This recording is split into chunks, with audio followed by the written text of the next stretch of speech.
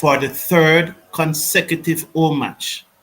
A massive crowd have turned up at the Guyana National Stadium in Providence on the outskirts of Georgetown in Guyana to watch their favorite team play. On the two previous occasions, they supported their bowlers in defending very small total as the Guyana Amazon Warriors won those two matches thanks mainly to their bowlers. Tonight, in the third match, a midweek match at that, the Guyana National Stadium is full to capacity. On this occasion, however, the Warriors are off to a flying start, for after 10 overs, they are 107 for 2. The Barbados Royals, on the other hand, have lost their two previous matches in Guyana in this year's Caribbean Premier League. They know if they lose this match, they will have to win 3 consecutive matches in Guyana to win the Caribbean Premier League for 2024. That's the tall task that is facing the Royals tonight, as after winning the toss, they have asked the Guyana Amazon Warriors to take first strike, and they are off to a blistering start. Hello everyone, welcome to the #1 cricketing channel in the Caribbean. I appreciate your company as we watch this match together. It's our live watch along, and I look forward to your interaction. There's a live poll going on as who will score the most runs in this match for the Guyana Amazon Warriors. After being asked to take first strike, the Guyana Amazon Warriors lose Gurbaz. He was the first to go, caught at first slip off the bowling of Teek Shauna for 7. He hit 1-6. Then Azam Khan, his opening partner, went caught Maharaj off the bowling of Jason Older for 26 from 17 deliveries. He hit 5 fours. At the drinks break, Shea Hope is not out on 30 from 17 deliveries. And Shimran Hetmyer, the favorite son of Guyana, is on 38 from 21 deliveries. He has hit 3 fours and 2 sixes. The playing 11 for the Guyana Amazon Warriors read Gurbaz, Hope, Azam Khan, Shimran Hetmyer, Moeen Ali, Romario Shepherd, Kima Paul, Dwayne Pretorius, Budakesh Moti, Imran Tayer, Juna Sinclair. In my mind, that's the strongest playing 11 for the Guyana Amazon Warriors this year. The Barbados Royals, on the other hand, have gone in with Kadima Lane, Quinton de Kock, Alec Atanez, Ruffman Powell, David Miller, Jason Older, Rivaldo Clark, who will bat higher than number 7, Kesha Maharaj, Obed McCoy, Teek Shauna, and Naveem Ulat. So at the drinks break, the Guyana Amazon Warriors have been asked to take first strike by the Barbados Royals. They are 107 for 2. It has been a masterful display of batting thus far. Hetmyer is on 38. With him, Shea Hope is on 30. Some would say these two are competing for the same spot in the West Indies team. It is left to be seen. As Teek Shauna comes back into the attack, bowls to the left-handed Shimran Hetmyer, who tucked this away down to the fielder coming off the mid-wicket boundary. They go through for a single, and he moves up to 39. The Warriors are 108 for 2. Not only are they going good at 108 for 2, but at this time, the Barbados Royals are behind in their over rate. Serious trouble here for the Barbados Royals. They need a breakthrough, and they need to get it quickly. Teek Shauna bowls to Hope, who plays this to the man at short cover, and there is no run. The score remains at 108 for 2. So this is Teek Shauna, third over, 2.2 overs, no maiden, 1 for 11. Ravman Powell doing some warming up, probably going to come into the bowling attack. Teakshaw over the wicket, bowls to Shea Hope, who flashes at that one outside the half stump. Quinta de Caco whip the bails off, but it's probably touch and go. This is one that I cannot call. I will definitely have to see. But if I'm to go, I just think that Hope foot is down. He probably just got his foot down in time. So it's a fair delivery. As I come to your, I love the interaction, and without you, this show would not have been the same. Yes, so his foot was always down. He never made the mistake as he did in the previous match by batting the spinner out of the crease. Merrick Meredith, good evening to you and welcome to the show. I appreciate you. Salim Khan said, "You late today, brother. Better late than never. 225 plus on the card," said Salim Khan. No, I started late today because I wanted to go through. And there's no way I alone can do the 40 overs. So I said, let me go through to the end of the match by starting halfway through. So I was that late. In fact, at the time that I scheduled to come on air, I was a little early. Forward comes Hope as he played it down to long on for a single. So the scheduled time that I scheduled to come on here, I was indeed a little early. So this is looking good for the Guyana Amazon Warriors. Merrick is saying the wicket seems to be holding better. Royals should have taken first strike. I was thinking about that, Merrick, and I was saying to myself, as Teakshaw comes in, bowls to Hetmyer, who clipped this away to mid-wicket, cannot beat the field at mid-wicket. He never timed it as he would like, 102.9 for 2 after 10.5 overs. So they need at least a run off this delivery to keep it at 10. Teakshaw over the wicket, bowls to Hetmyer, who turns this into the onside, much slower, giving them the opportunity to go through for the single. So that's the end of Teakshaw, third over. Guyana Amazon Warriors, after 11 overs, are scoring at exactly 10 runs and over. They are 110 for 2. Teakshaw 1 for 13 from his 3 overs. Hope is on 31. Shimran Hetmyer is on 39. In fact, that was a leg by, so Teakshaw is 1 for 12 as the signal came late. So Merrick, that was something I was thinking about, and I was saying to myself, is this pitch playing all that better, or is it that the Royals have not bowled well? Well, that is something that we will see in the second innings of the match. But your thought was the first one that came to me, and then I reconsidered and wonder if the Royals are the ones who have not been bowling well. Vincent, good night to you. It's a pleasure having you here. Jamor Smalls, good night to you. So Vincent is saying, looks like a big one tonight. It definitely looks that way. 110 for 2 after 11 overs, and with players like Shepherd and Moeen Ali to come victorious. This is a long batting lineup at 110 for 2. So it could get very, very, very, very big for the Barbados Royals. But yet again, you really don't know how good the pitch is playing until the second team batted. It's T20 cricket. So Ravman Powell is going to come into the attack, probably the first time he's bowling in this year's tournament. Over the wicket, bowls to Hetmyer, peeled off the edge, over the keeper head, running down towards third man. They're gone for 1. Will they come back for 2? Let's see. Yes, they came back for 2, and it's 112 for 2.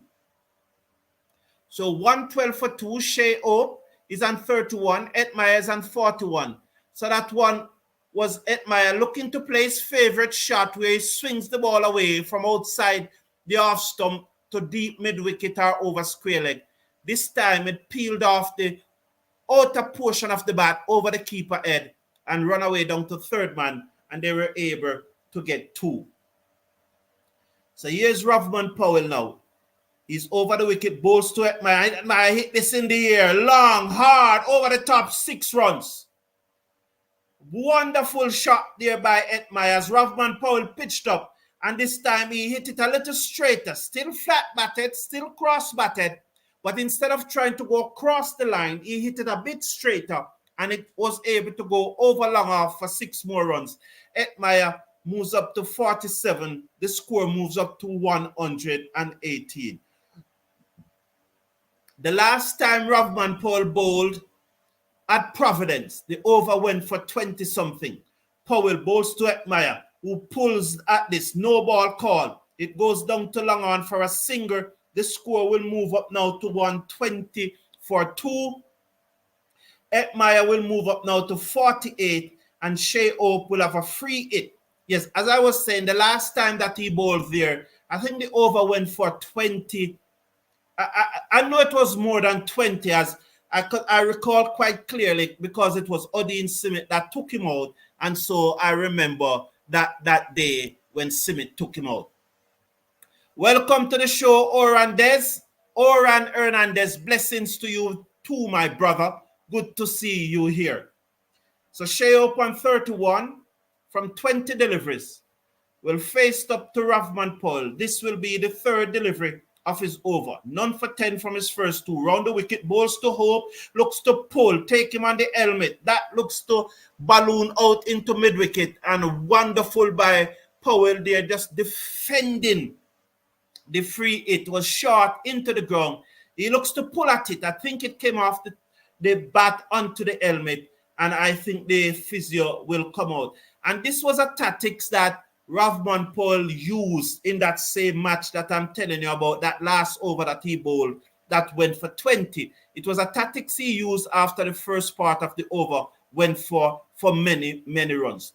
Round the wicket, bowls to Hope, and Hope pulls this high into the night sky, over the boundary, 6 runs. So it was short, and Hope pulled it high into the night sky, over the boundary, 6 more runs. He moves up to 37.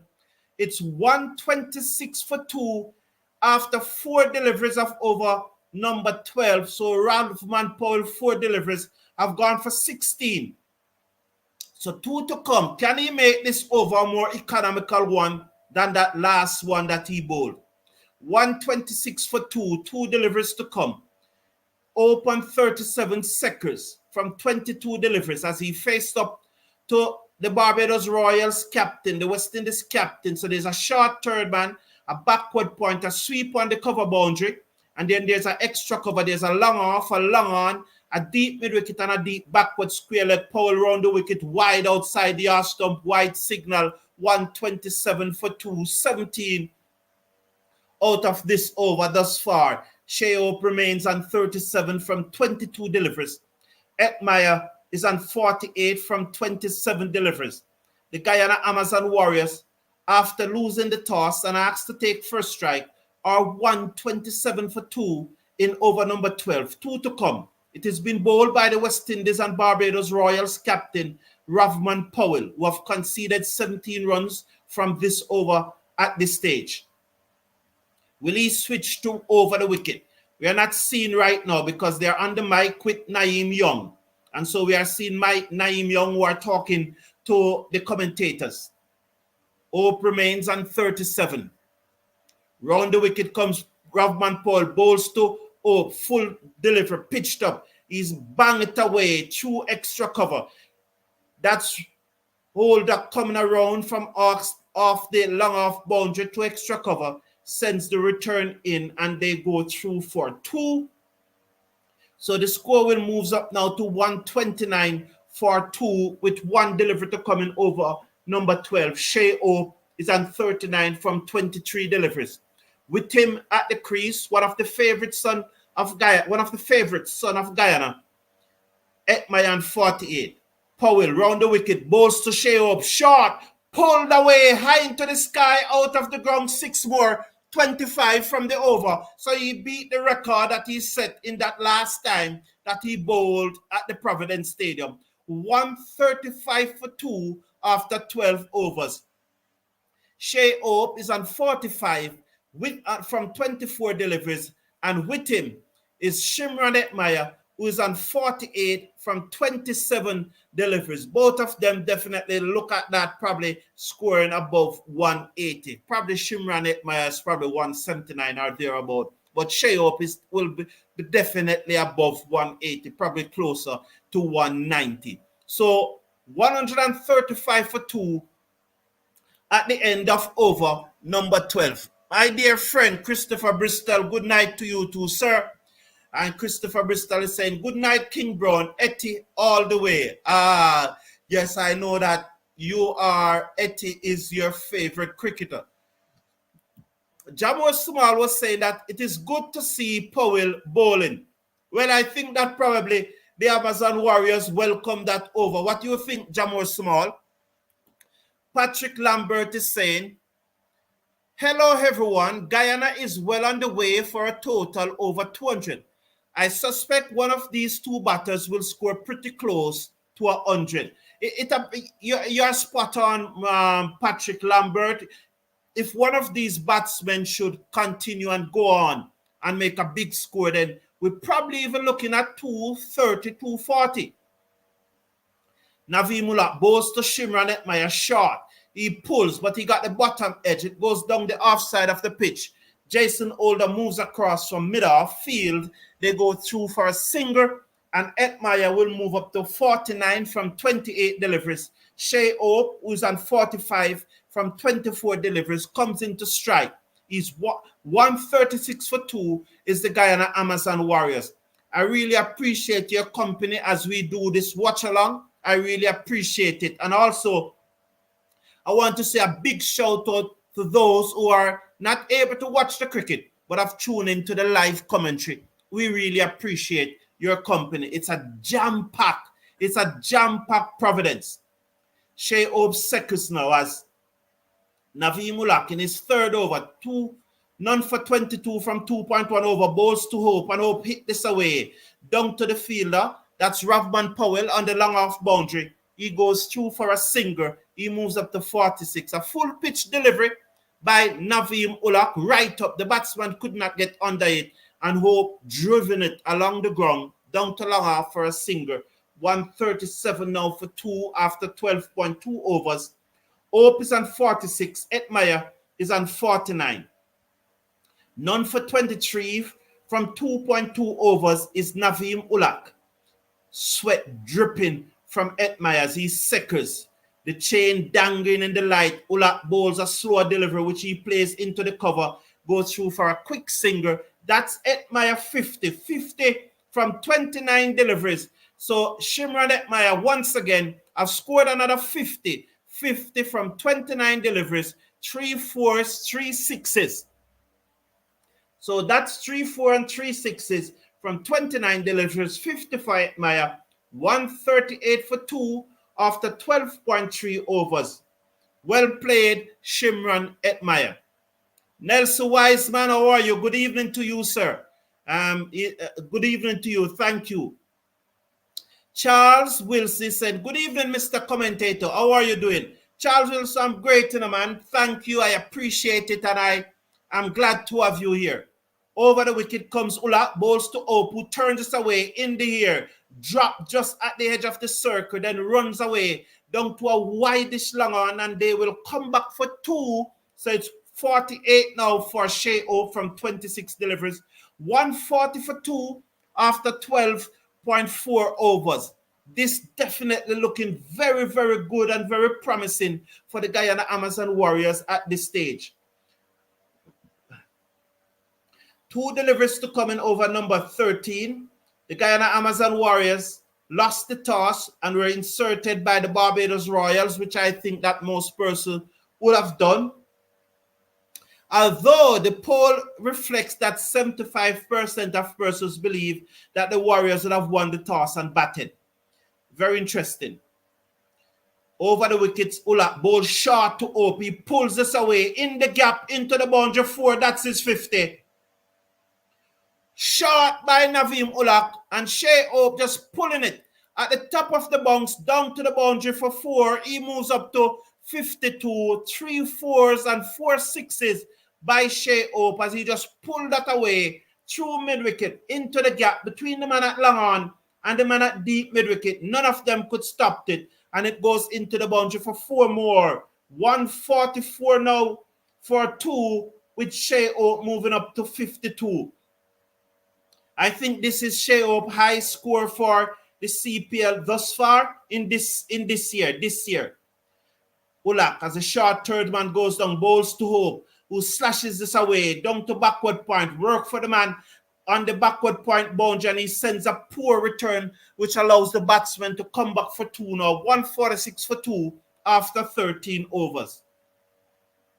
So at the end of over number 13, the Guyana Amazon Warriors asked to take first strike are 146 for 2, with Shea Hope on 54, 3 fours and 4 sixes. Shimron Hetmyer on 50 from 29 deliveries, 3 fours and 3 sixes. The batsman to go, Gurbaz, he was gone for 7 from 5 deliveries. And Azam Khan, he made 26 from 17 deliveries while hitting 5 fours. Bowling for the Barbados Royals thus far, Teague Shana, 3 overs, 1 for 12. Jason Older, 2 overs, 1 for 14. Navi Mulak, 3 overs, none for 32, as Jason Ola comes back into the attack. Let's watch the field. So there's a third man, there's a backward point, there is a cover on the boundary.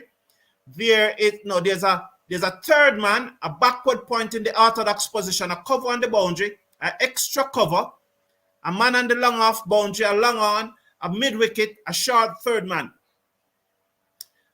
Older round the wickets, bowls to Hetmyer, who will hit this down to long off for a single. The score moves up now to 147 for 2 in over number 14. 1 delivery of so far bowling over number 14. It has been bowled by Jason Older, 1 for 15 from 2.1 overs. Let's watch Hetmyer now. Oh, Shea Hope, who's on 54 as he's seconds. So Charles Wilson, I really appreciate you asking over the wicket. Comes and bowls to Hope, and Hope turned this off his pad. And they go through for an easy single. For a moment there, I thought there was a mix-up, but there was no one in front of the bat on the onside saving the single. So Jason Older was to go for it. And that allowed the batsman to go through for another single to push the score up now to 148 for 2. So Charles Wilson, I really appreciate that. Thank you very much for asking. I am good. Thank you very much. Brother, I say 225, but the way things going, 250 look possible, said Salim Khan. It is. It definitely looks possible. And Brian Yami is saying, look to score. Did you miss? I don't think that you shot it down to mid-off. Return comes in, misses the stump. They go through for a single. A slower delivery from Jason Older. Shimron Hetmyer mistiming the pull. It missed the middle of the bat and then just trickled down to mid-off where the fielder shy at the stump. They go through for a single. The score moves up to 149 for 2 at the end of after 3 deliveries in over number 14. So Charles Wilson saying, Guyana Amazon Warriors all the way. The entire family is behind you. Thank you very much, Charles. Respect. Over the wicket, bowls to Shea Hope. Short, he pulled this away into the gap, into the boundary for 4. Lovely shot there. He played it forward. That's a massive crowd on the grass bank.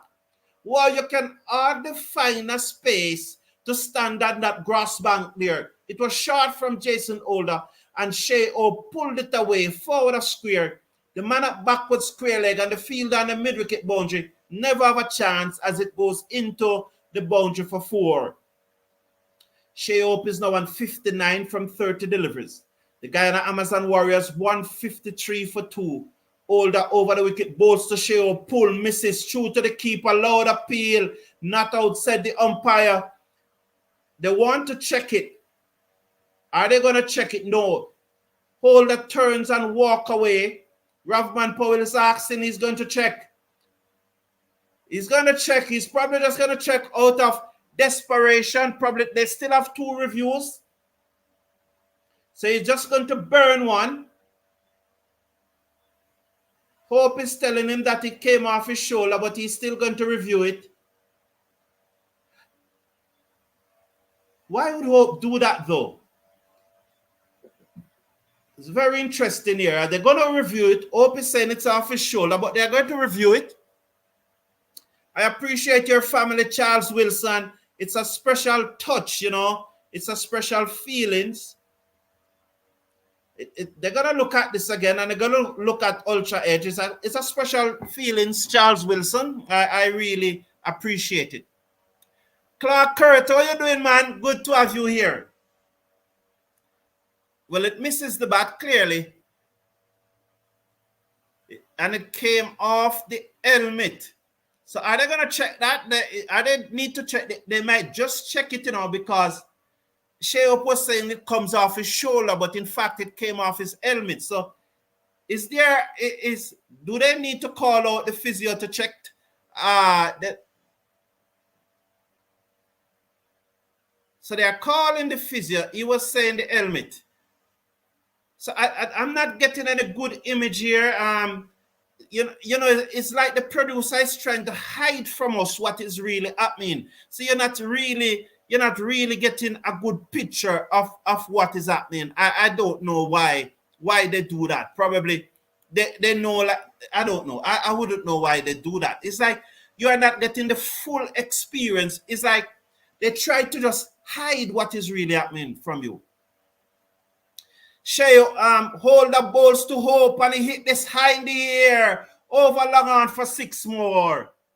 So that was short, and Shea Hope pulls it high over long on. Yes, let's say a cross-batted shot, but it was a pull shot. To say that a pull shot go over long on, it really shows how slow Jason Holder is bowling as it goes away over long on for 6 more runs. At the end of over number 14, there are one. Well, the score's off the screen. So let me take some of your comments. So Charles is saying, good night, Carlton. You're doing a great job. Ha, ha, ha, ha. Tonight, we will chicken curry Barbados. I got you. Yes, indeed. I do understand. Well, I'm a Jamaican, you know, so Jamaican is curry chicken for us in Jamaica, not chicken curry. Hetmyer hit this down the ground for 4 more as Maharaj twirling over the wicket, and Shimron Hetmyer hit it down the ground for 4 more, 163 for 2 after 1 delivery of over number 15. We couldn't for a big one here tonight. Are they, and I continue to ask the question, are the Barbados Royals just started out bowling very poorly and just could not rein it back in? Or is it that it's just a better batting pitch tonight? We will see when the Royals bat. When the Royals bats, because they have some very good batsmen.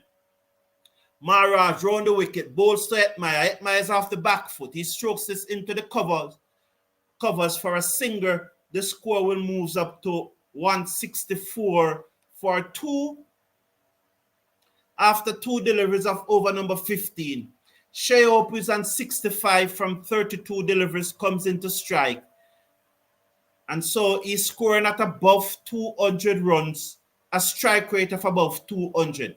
Shimron Hetmyer is on 57 from 33 deliveries. Maharaj round the wicket, bowls to Shea Hope. He's off the back foot, and he practically just slapped it down to long off for a single. The score moves up now to 165. Shea Hope will moves up now to 66, and Shimron Hetmyer, who's on 57 from 33 deliveries, comes into strike. So both batsmen have faced 33 deliveries.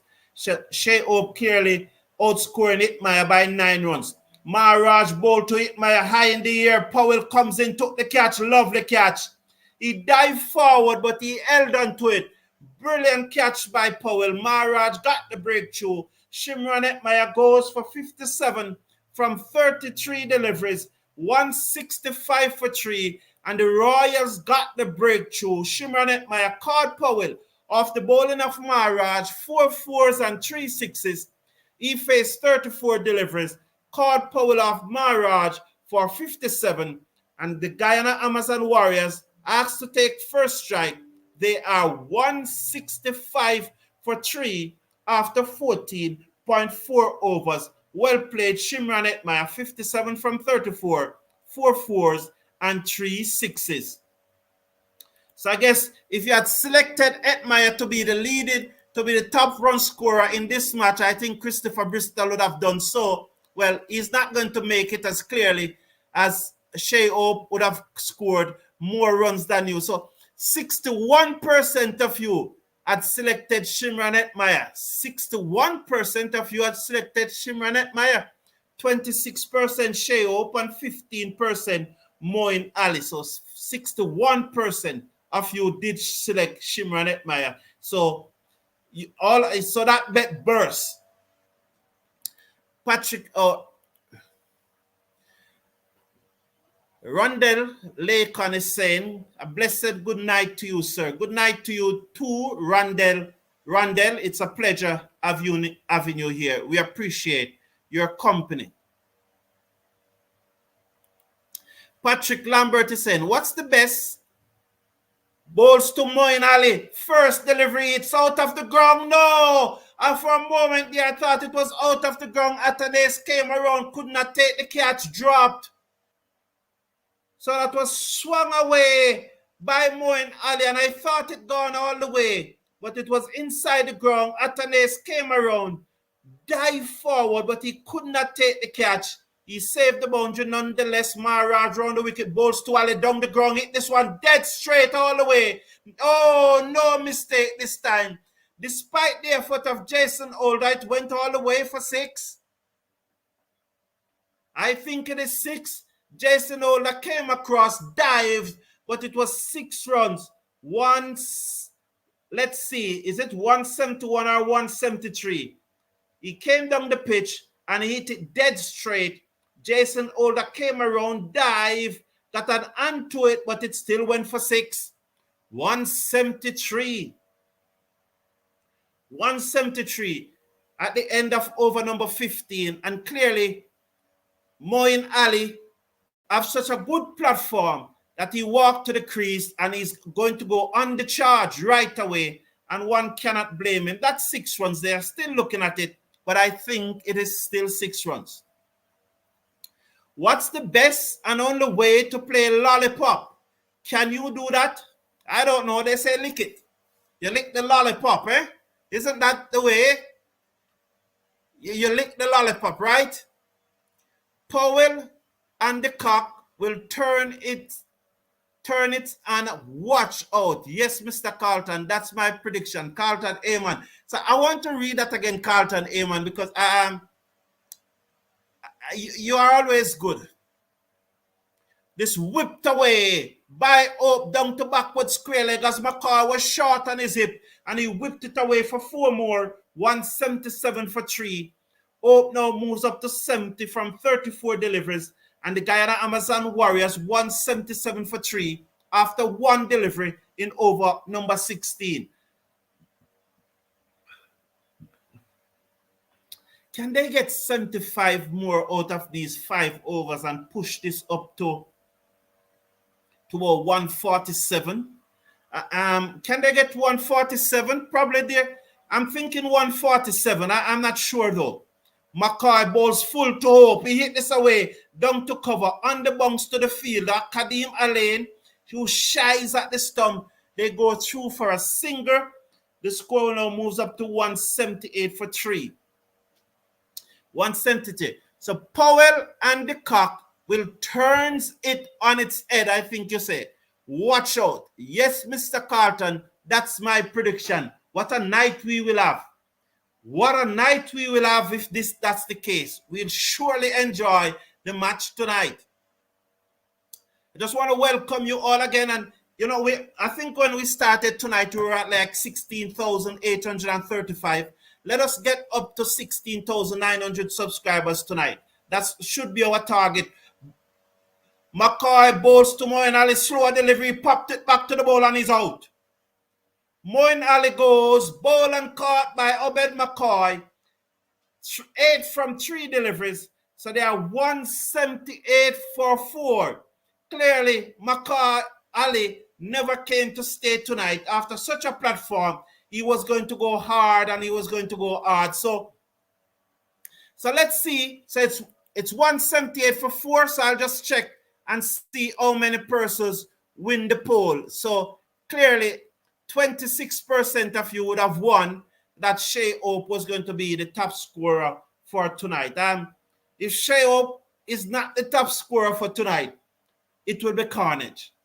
If someone like Shepherd or Kemo Paul come and top score Shea Hope for tonight, it will definitely be carnage. I think that clearly Shea Hope will be the top scorer for tonight. So 178 for 4 after 15.3 overs. Moeen Ali always on the charge tonight.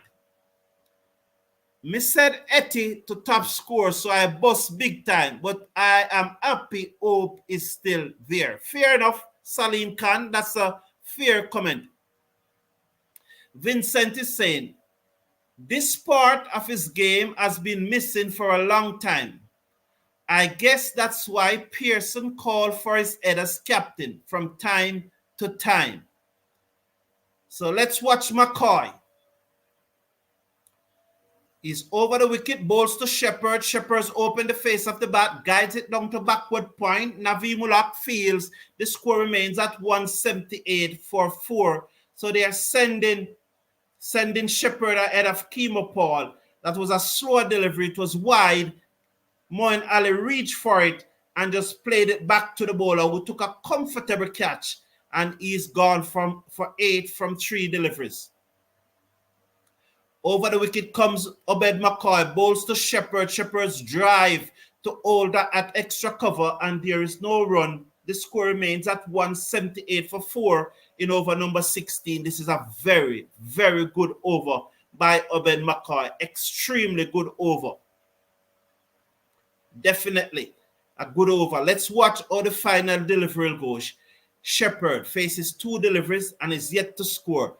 McCoy bowls wide outside the arse stump, wide signal, 179 for 4, with 1 delivery to come in over number 16.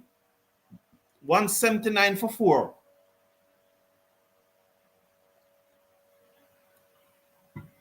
So Vincent, I don't know who you're referring to. Are you referring to Ravman Powell? Okay, so thank you for your comment, Vincent. Let's watch McCoy. Over the wickets, ball to Shepherd, short delivery, pulls at it, goes through to the keeper. That's the end of the over. Magnificent over here by Obed McCoy. After the first delivery, went for 4. He then picked up a wicket and only 2 further runs out of the over. Brilliant over by Obed McCoy. 1 for 6 from that over. So it was a really, really good top class over that one from Obed McCoy. It's 170. Is that 178 for 4 or 179? Somewhere there. Nilo Alexander is saying, even though the pitch is good for batting, this kind of runs on the board means pressure. Royals not winning this game. Thank you, Nilo Alexander, for your comment. And I know you're supporting your team, but nothing wrong with that. It's fair enough for you to support your team, and I'm very glad. Tikshana bowls to Hope, who swings and misses. It goes through to the keeper, and there is no run. So this is a good start. 179 for 4. This is a good start to the 17th over by the Royals. And after that, brilliant over by Obed McCoy previously. Tikshana now comes in now. Over the wicket, bowls to Hope, and Hope hit this in the air. Chance. The fielder comes in. Powell took the catch. Hope goes. And so the Barbados Royals are fighting their way back into this match. And is it my point that the pitch is not that easy to bat on. And finally, the Royals start bowling good because they bowl poorly up front. And so Shea Hope goes, he has something behind the line. Definitely has something behind the line. Shea Hope goes for 71 from 37 deliveries. Sorry. Caught by Rovman Powell after bowling of Tickshana. He hit 5 fours and 5 sixes in his 71. 50 of his runs coming in boundary. 179 for 5. And the Royals definitely fighting back here. Shimron Hetmyer got out at 165. So they have lost 3 wickets for 13 runs. And you know, they probably just need to stem the slide for another 10 deliveries or so. Just push it around. Try to get 15 runs off the next 10 deliveries without losing a wicket before they go again. But 2 of the Guyanese ball beater is at the crease. Hetmyer Paul is going to play a reverse sweep first shot. Would you bet on it? Would you bet on Hetmyer Paul playing a reverse sweep first shot? I could see it finally. Evelyn Lewis, Shea Hope, Nicholas Pooran, Shimron Hetmyer, Carl Myers, Rovman Powell, T20 top to middle. So he's saying that I could see it finally. Lewis and Hope, Pooran, Hetmyer, Myers, Rovman Powell, T20 top to middle. Coming back to that comment, let's watch this delivery. 179 for 5. Tickshana over the wicket, bowls to Hetmyer Paul, who was giving himself room. Tickshana fires it in and he plays it out into the offside for a single. So Tickshana there saw him giving himself room. Hetmyer Paul kept his eye on the ball and plays it out into the offside for a single. 180 now for 5. In over number 17. This is Tickshana final over. He has picked up 2 wickets thus far. Good knock nonetheless by Shea Hope. Comes in, bowls to Shepherd, who places into mid-wicket for a single. It will go up now to 181 for 5 with 2 deliveries to come in Tickshana final over. This is his 4th over. He has picked up 2 wickets. 181 for 5. Two deliveries to come in over number 17. So 22 runs, 3 wickets from the last 16 deliveries. Bowls to Hetmyer Paul, who is high in the air. Let's see. Another catch taken. Hetmyer Paul out. Rovman Powell in business again. So Tickshana picking up his 3rd wicket. And Hetmyer Paul goes for 1. And the Royals are fighting back. And they are fighting back very well. That's 4 wickets for 23 runs. As Hetmyer Paul never quite get under it. It was flat, and Rovman Powell, balancing himself on the long off boundary, took the catch, and Tickshana picked up his 3rd wicket. I think that's 3 for 14. 3 for 14 from his 3.5 overs. Rovman Powell taking his 4th catch of the innings. Roddy Latu, well, let's say, I respect everyone's opinions, and your opinion is welcome. However, once Brandon King is fit, he's going to open for the West Indies in T20 cricket for the foreseeable future. Once he's fit. You know, so although you would probably, if you were picking the team, this would be your 11. But Brandon King will always play for the foreseeable future once he is fit. Niall Alexander said, Evelyn Lewis is not consistent enough to be in the West Indies colours again. And once again, I respect your opinion, Niall, but my opinion differs from yours again. You know, Evelyn Lewis, of all the West Indies batsmen who are currently playing cricket, or maybe it is probably even better than any West Indies batsman that have ever played T20 cricket. We could check that. Evelyn Lewis have the best statistical record as a West Indies T20 batsman. I stand corrected, but almost certain that statistically, Evelyn Lewis is our best batsman in T20 cricket. I know that the West Indies coaching staff and even me, Evelyn Lewis is in my West Indies T20 squad. He is in my T20 West Indies squad. You see, Evelyn Lewis is different from a youngster. Not going to call him a youngster name. Who is trying to make the team. He's different. Why is he different? He have been there, done that. So once he's in any reasonable form, he's going to be in the team. As Navim Ullah comes in, bowls to Pretorius, who driven this. So it's one. So let me get just let me come back to the match. So yes, Nyla Alexander, as they show this replay, once Elvin Lewis is fit and is playing cricket and he has shown any reasonable form, he has scored 100 and he has scored 50. Is 150 scored or two? We could check it during the break. He will be in the West Indies T20 squad. He will be. 183 for 6. Ullah bowls to Shepherd, who edged this down to a short third man. Obed McCoy cannot prevent the singer. It's 184 for 6 after 17.2 overs. And you must also recall, Nyla, that Evelyn Lewis was called to train with the West Indies World Cup squad, you know. But he turned down the invitation on the grounds that he's not yet fit. So he is our most consistent T20 batsman. He is our most consistent T20 international batsman. And by far too. Ullah over the wicket, bowls to Pretorius, short, rising delivery, rides it in front of him, and there is no run. I think this 184 that the Guyana Amazon Warriors have already made is going to be very hard to get.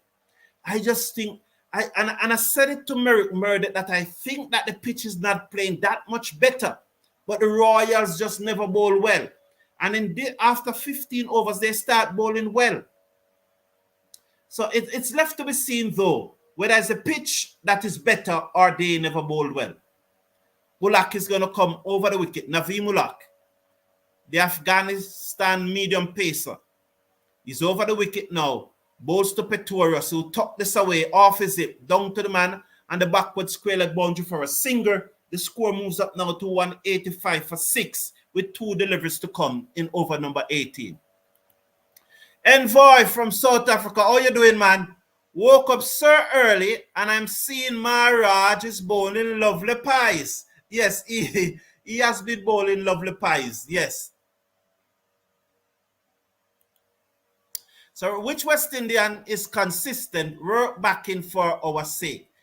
And Roddy Latu, I'm going to give you my opinion on that. So Navim Ullah comes in, bowls to Shepherd, who pulled this away through mid-wicket in the gap down to the boundary for 4. No one moved. That came out of the middle of the bat. And when it came out of Romario Shepherd, the middle of Romario Shepherd bat, there's usually only one or two result. Either it goes away for 4 or it goes far out of the ground for 6. That one, he was keeping it down and he hit it in the gap down to mid-wicket for 4.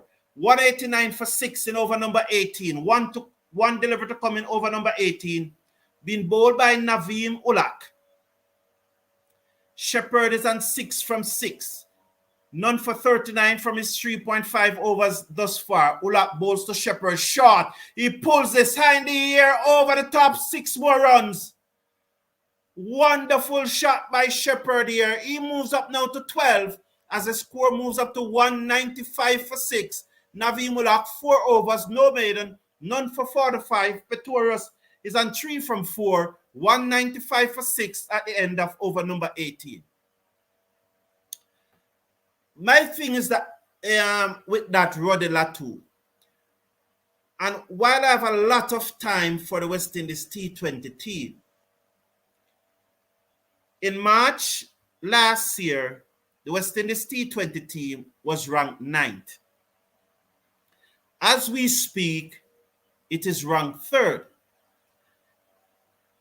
They could have only ranked 3rd if the team as a collective has been performing very well over that period of time. To move from 9th to 3rd, it means the team as a collective has been performing very well. That is why it is hard for a player to break into the team if he's not doing exceptionally well. Obed McCoy over the wicket bowls to Pretorius, who drive down the pitch. They go through for a single, 196 for 4. Unlike the test team, when somebody have a fairly good season, you understand why they would draft him in. Not so with the T20 team. However, in the case of Evelyn Lewis, he has been our most consistent T20 international batsman. He has been out of cricket for a while, yes. But once, and they have called him on several occasions, and he has said he's not ready. He's not ready. I believe the 1 century, and I think either 1 or 2 off century, and some look more scores that he played in the CPL this year. I believe that is sufficient to get him back into the team. They're going to call him back. Definitely going to call back Evan Lewis. Those are my thoughts, and I would have called him back too. But then again, those are my opinions, and I'm not speaking Bible here. I didn't write the Bible. I'm just giving my opinions, and you are entitled to your own, so you can agree, you can disagree, but those are just my opinion. So Salim Khan, was it you who put your bad mouth on Hope? Why he didn't Hope make it 100 last against Barbados? He lights them. Okay, so 5 minutes behind. So what does that mean here? They have to carry in a fielder. Okay, so they have to carry in a fielder. No, man, that's not the way. You put it away in the boundary. Oh, you don't lick it, you put it away in the boundary. Okay. So you don't lick lollipop, you put it away in the boundary. Patrick Aman, thank you very much. Thank you very much. Sure, when you say good evening, everyone. Some of the comments have passed me, so if I didn't read your comment, it has passed me, and if I never read your comment any at all for the night, I apologize. Over the wicket, bowls to Shepherd, who whipped this away down to mid-wicket. The fielder comes in. Will they go back for 2? Yes, they go back for 2. The score moves up to 198 for 6 in over number 19. I apologize if you had sent in only 1 comment and I never read it, because some persons have sent in more than 1 and I would have read their comments more than 1.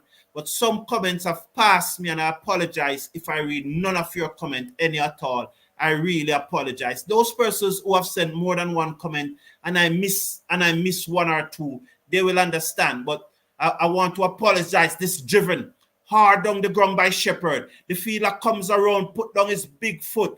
That is Jason Older. That's a size 16. He saves the boundary. The batsmen are back for 2. It's 200 up for the Guyana Amazon Warriors. 200 for 6 in over number 19. 3 deliveries to come in over number 19. Shepherd is on 16. Pretorius is on 4 from 5. I think he saved the boundary. Let's watch. He did magnificently well. You know, you don't expect all that to slide or dive, especially when he's running at full tilt. You know, he's a tall man, so he has to use his foot there. He did it well. McCoy over the wicket, bowls wide outside the stump to Shepherd. He hit this in the air, down to the fielder on the cover boundary. 2 bunkers. He picks it up, sends the return in. He moves up to 17 from 10 deliveries. 201 for 6 with 2 deliveries to come in over 19. Good evening to you, Sherwin. Why King over Hope? Because I'm talking cricket and performance. Over the wicket comes bowl to Pretorius, wide outside the half stump in the air, down to the field on the backward point boundary. He will send the return in. They will come back for 2. The score is 203 for 6.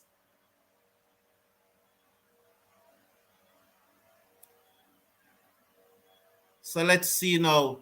Roddy Latu is saying, with Lewis, Poor, and Hetmyer and Russell at the back end, teams will have worries from ball 1. It's a very good batting lineup. Over the wicket comes McCoy, bowls to Pretorius. He hit the side in the air. As he got in the distance over the head of Powell, who runs back, picked up, and they will go back for 2 surely. 205 for 6 at the end of over 19. Pretorius is on 8 from 7 deliveries. Shepherd is on 17 from 10 deliveries. So 205 for 6 after 19 overs. It's going to be very, very interesting to see what will happen.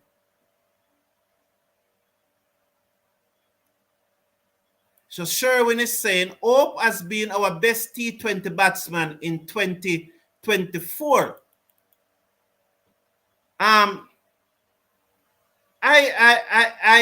If you say that, I don't. Well, you are known for giving wrong statistics, Sherwin. But let's say you are right. So he has been our best T20 batsman for 2024.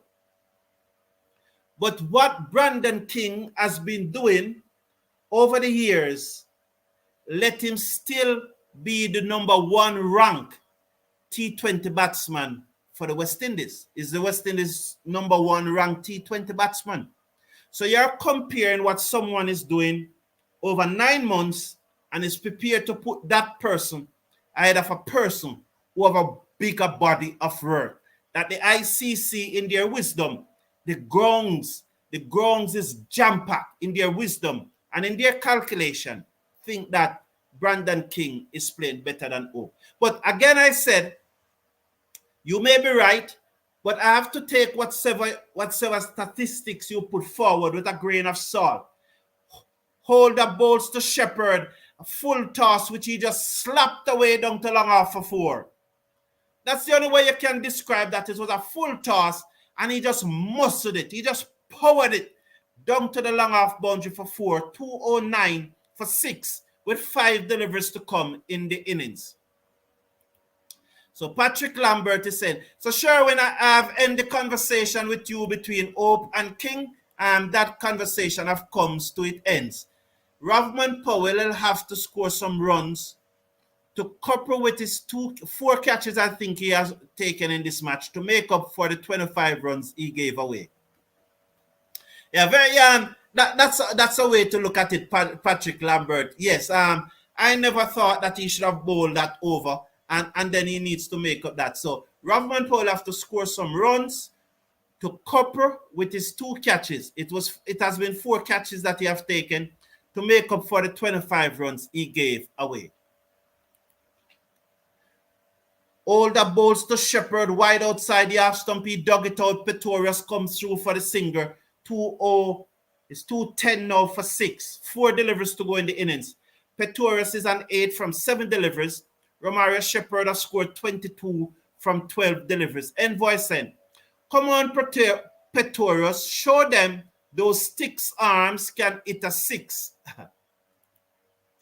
Roddy Latu is saying, as much as I like the youngsters coming through, I would use them for ODI cricket so they will learn to bat long. Roddy Latu,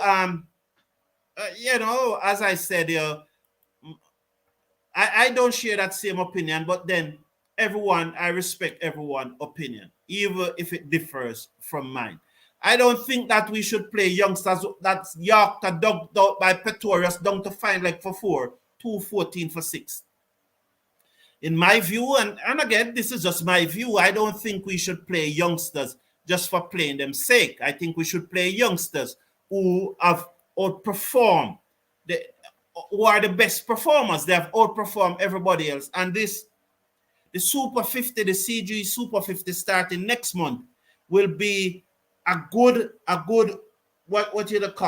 platform for these youngsters to show what they are made of. Short, slow delivery outside the half stump by Older, run out.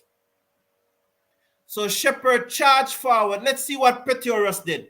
Did Pretorius took the run out? Yes, he took the run out. So Shepherd charged forward and Pretorius did the right thing. Shepherd ran down on him.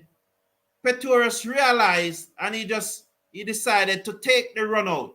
And, so it's 214 for 7 with 2 deliveries to come in the innings. So Pretorius there just giving up his wicket because he never had to do. to do it. But I think Pretorius looked at the bigger picture and said, I am a South African. Shepherd is a Guyanese. 20,000 persons watching this match. I have to take the run out.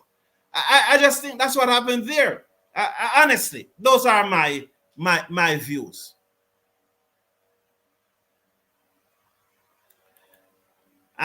Good night, good coverage. Between Moti and Akil Hussain, who is the better bowler in your view? Let's watch all the balls to Shepherd and hit his hard down to long on, straight to the fielder. Rovman Powell, and they are going back for two. Shepherd is now run out.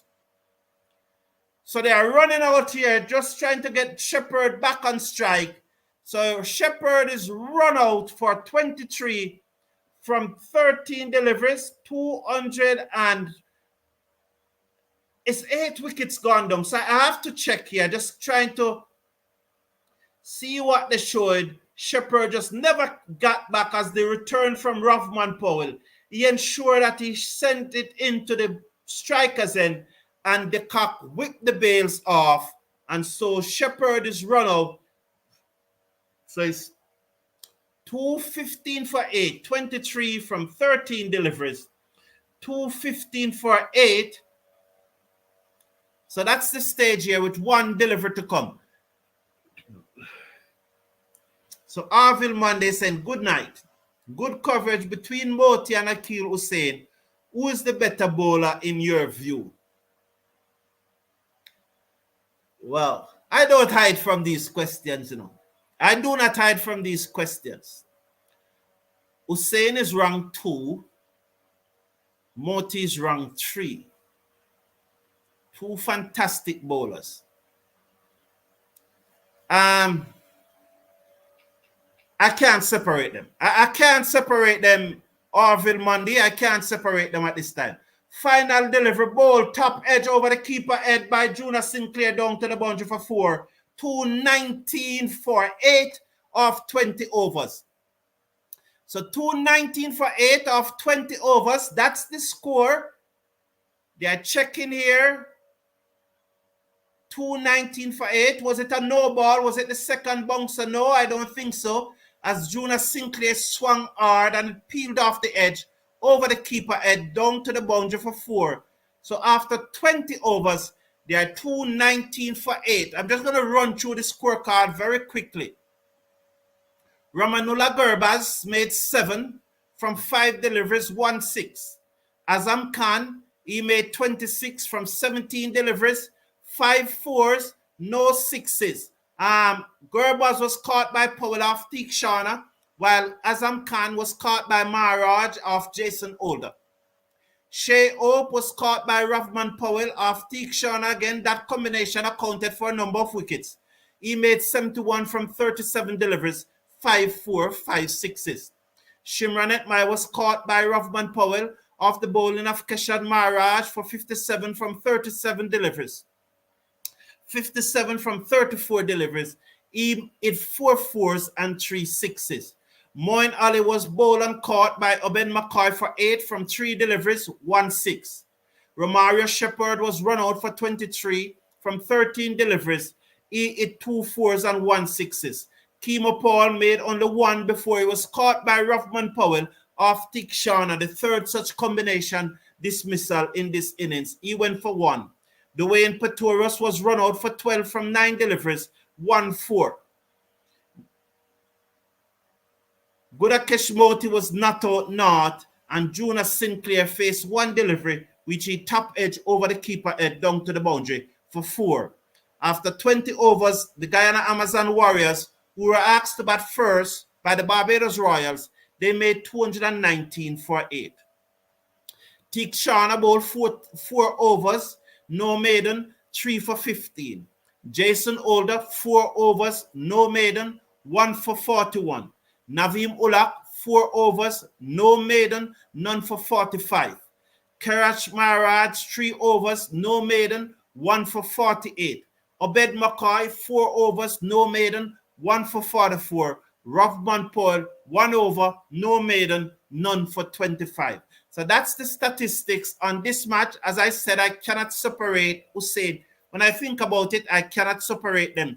Good evening, Galen Evans. Welcome to the show. It's a pleasure having you here. And Salim, I think Sherwin here saying that King Louis, Puran, Hope, Hetmyer, Atanas, Chase, Shepherd, Moti, Shamar Joseph, and Alzari Joseph. You cannot leave out Hussein Sherwin. There's no way you can leave out Hussein out of a West Indies T20 team, man. Come on, Sherwin, man. I expect better from you. I rung all night. I said 225 and Hetmyer will top score and Hope will make 100. But I'm happy with 219. I love it, Salim. I love it. Athena, welcome, man. Athena is saying, hit that like button. Hit that like button. You know, the Women T20 World Cup is coming up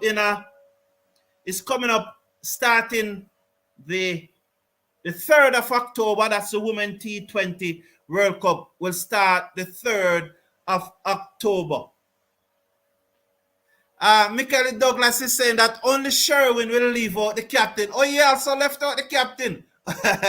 Yes, Michael Douglas. So the Women T20 World Cup is coming up and it's going to start on the 3rd of October. On September 11th, the ICC released a video showing the lighting of the Burj Khalifa in Dubai, the UAE. For you know that the World Cup was going to be staged in Khalifa. I think it's a Burj Khalifa. The World Cup was going to be staged in the UAE, right? It was going to be staged in the UAE. No, it was going to be staged in Bangladesh, but it has now switched to the UAE. What does that mean here? I do not know what is happening here. So let me see now. Let me see what is happening here. So let me see what is happening here. So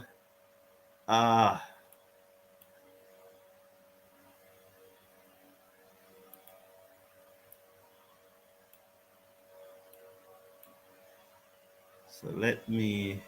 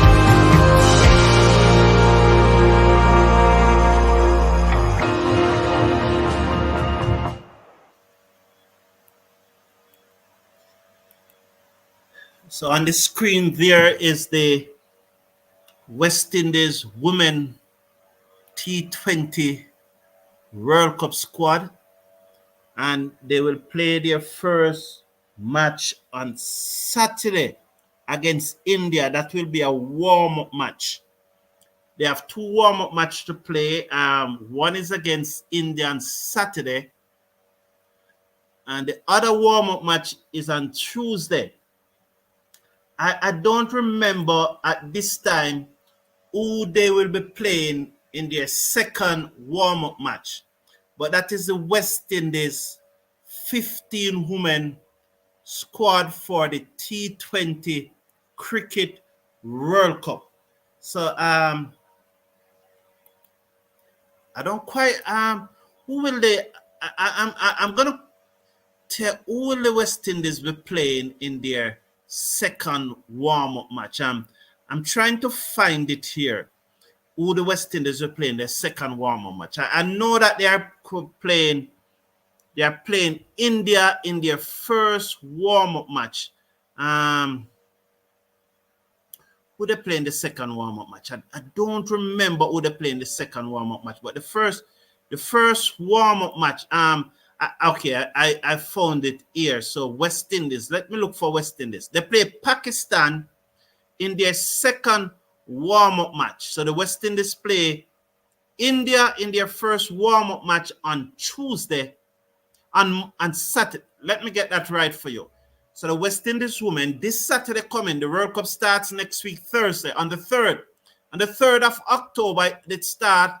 The 3rd of October is also my wife's birthday. So maybe that's a sign that West Indies may well win this World Cup because it starts on my wife's birthday. So it could be very, very interesting. Definitely, maybe that's a sign that we could win this World Cup because it's going to start on her birthday. So the 3rd of October is my wife's birthday, and that's when the World Cup will start, the Women World Cup. So it's very interesting. She's a female, and the Women World Cup starting on the 3rd. However, this Saturday coming, West Indies women will play against India in their first warm-up match, and on Tuesday, they play against Pakistan in their second warm-up match. So that West Indies 15 women squad there, as you expected, Ailey Matthews is the captain, Shermaine Camber, the vice captain, Alia Alain, who I think is fast becoming the second best all-rounder in the team. I think she has passed out Chinelle Henry as the second best all-rounder. Well, how can you rule out Stephanie Taylor? So let's say third. And so you have Nerissa Crafton, who many persons believe that she was lucky because she made the team based on her performance at the camp. And when you look back at the record, and the World Cup starts next week, Thursday, just a week from now. So we're going to support the team. We're going to support these 11 players. But I think, and this is not, I'm not going to say who they should have left out because we have to support these 15 players. But there's a young lady from Guyana named Fafana Millington from Guyana. In my opinion, someone just asked me now who I think is the best bowler, is the better of the two bowlers between Budakesh Moti and Akil Hussain. Well, when it comes to women, I have no doubt in my mind that Fafana Millington is the very best bowler in the West Indies as a female. She's the best bowler in the West Indies as a female. All her numbers are better than anyone else when it comes to regional cricket. And she has been doing it not only for this year, but she has been doing it for the past 2-3 years. Fafana Millington from Guyana. And she was not even called to the training squad. And I have to ask myself, why? Why? Because I just can't understand. And I think that the Guyana Cricket Board need to get some answers from Cricket West Indies why Fafana Millington is not in the World Cup squad. That being said, however, these 15 ladies, as it stands now, are the only 15 ladies that can win the World Cup for the West Indies. So let's put our support behind these 15 ladies as we look forward to the start of the 2024 T20 World Cup coming up next week, Thursday. Further in the week, I will give you the numbers and the prize money and so on and all of that. I have all of those images to give to you. I cannot give them to you tonight as we are getting ready for the restart of the match. So that young lady, Fafana Millington, I am saying that is someone that the Guyana Cricket Board need to ask why she's not in the World Cup squad. Why she was not even invited to the training. Because in my opinion, she's the very best bowler in the West Indies as a female. Outstanding. Outstanding. Please remember to slash a like on the video and click on that subscribe button. And please remember that we need to get up to 16,900 tonight. 16,900. We need to get up to 16,900 tonight. So please subscribe. We are just 16,850. So we have to do much better than that, man. We have to do much better than that. Over 500 persons were watching at one time, and we are 50 short of 900. We can get up to that, man. We need to do better than that, man. Probably I should put in another poll as the Royals are as my screen is saying that the Royals are not yet back out on the field. So I'm going to do a poll quickly. Who's going to win this match? So it's a simple, straightforward poll. Who's going to win the match? This match. Who's going to win this match? Barbados B come before G, right? BAR, Barbados Royals. Guyana Amazon Warriors. Guyana, Guyana. They're about to start, but let me just get this poll. Who is going to win this match? So there's a poll. There's a live poll. There is it for you. Who's going to win? I believe that the Warriors are going to win easy. I've always believed that they just missed it on the Royals never used the pitch as well as they should, and they were just unable to pull it back. So those are my views. Welcome back, everyone, and let's get it up to 900. Moti Bowl, the first delivery to that's Decock who plays it to mid-off, and they go through for a single. And once again, it's Decock and Kadeem Alain opening the inning. So 1 for 1, 1 for none. After one delivery, I'm sure the Guyana Amazon Warriors fan would love that. I'm going with the Warriors to win this match. I think McCoy was saying only Sherwin will leave out the captain. Yes. Patrick Lambert. I believe the record will show that Charles is the best CPL opener this year. No doubt about that, Patrick Lambert. Absolutely. He has been fantastic. Before and I can give you it before this. I will, at the end of this over, I will just give you the leading run score before this match. As you know, I would not have able ball to Kadeem Alain. It turns across him. He flashes it, goes through to the keeper who did not collect. Nonetheless, they did not go through for any. So in between the over, I'll bring up that chart with the leading run scorers in the tournament before this match. Shea Hope is keeping. Very interesting. So Azam Khan has been dropped as the keeper. So he must make runs. Bowls to, diving effort by Kamla first slip. As Kadeem Alain looked to hit that true mid wicket, it peels off the bat. I think he made a big effort. He got an hand to it, but it never stick. So he really moves smartly. Good effort by Azam Khan. Can't complain about that. Good effort. I think it just that need to stick,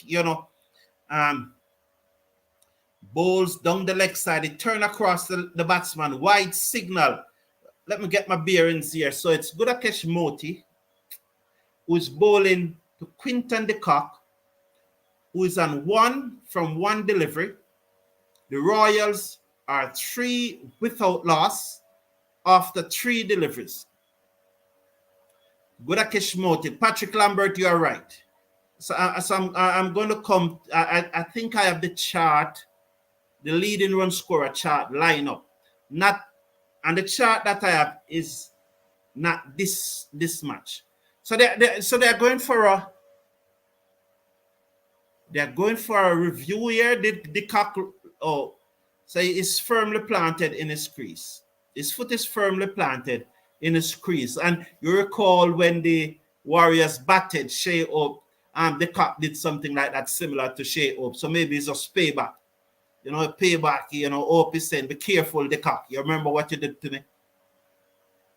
Gudakesh Motie bowls to the Cock, who places down to a wideish long on. They go through for a singer. The score moves up to 4 without loss after 4 deliveries in over number 1.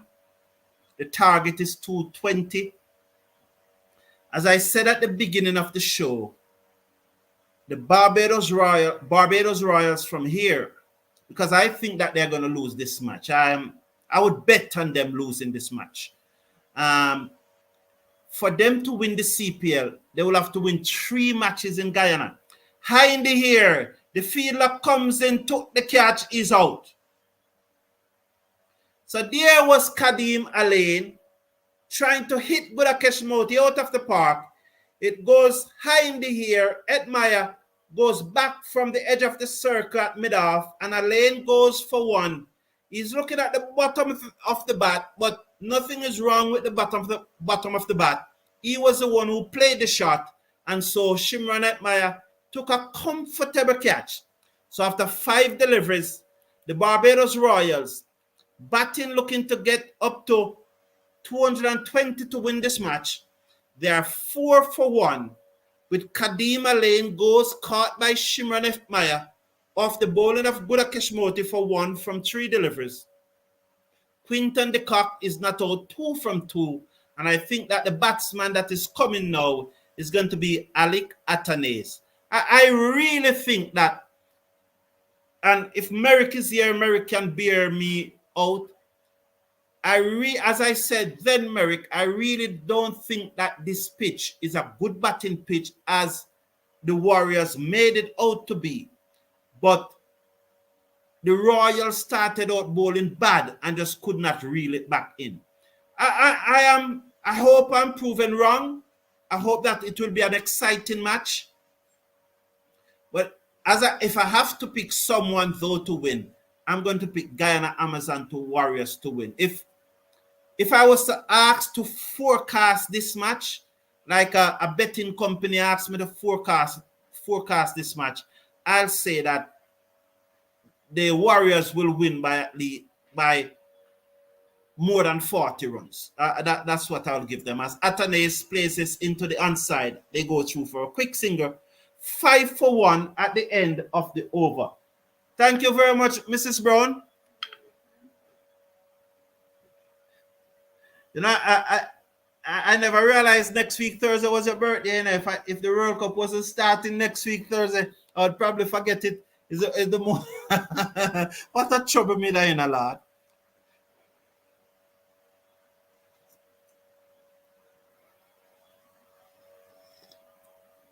I've been some serious trouble.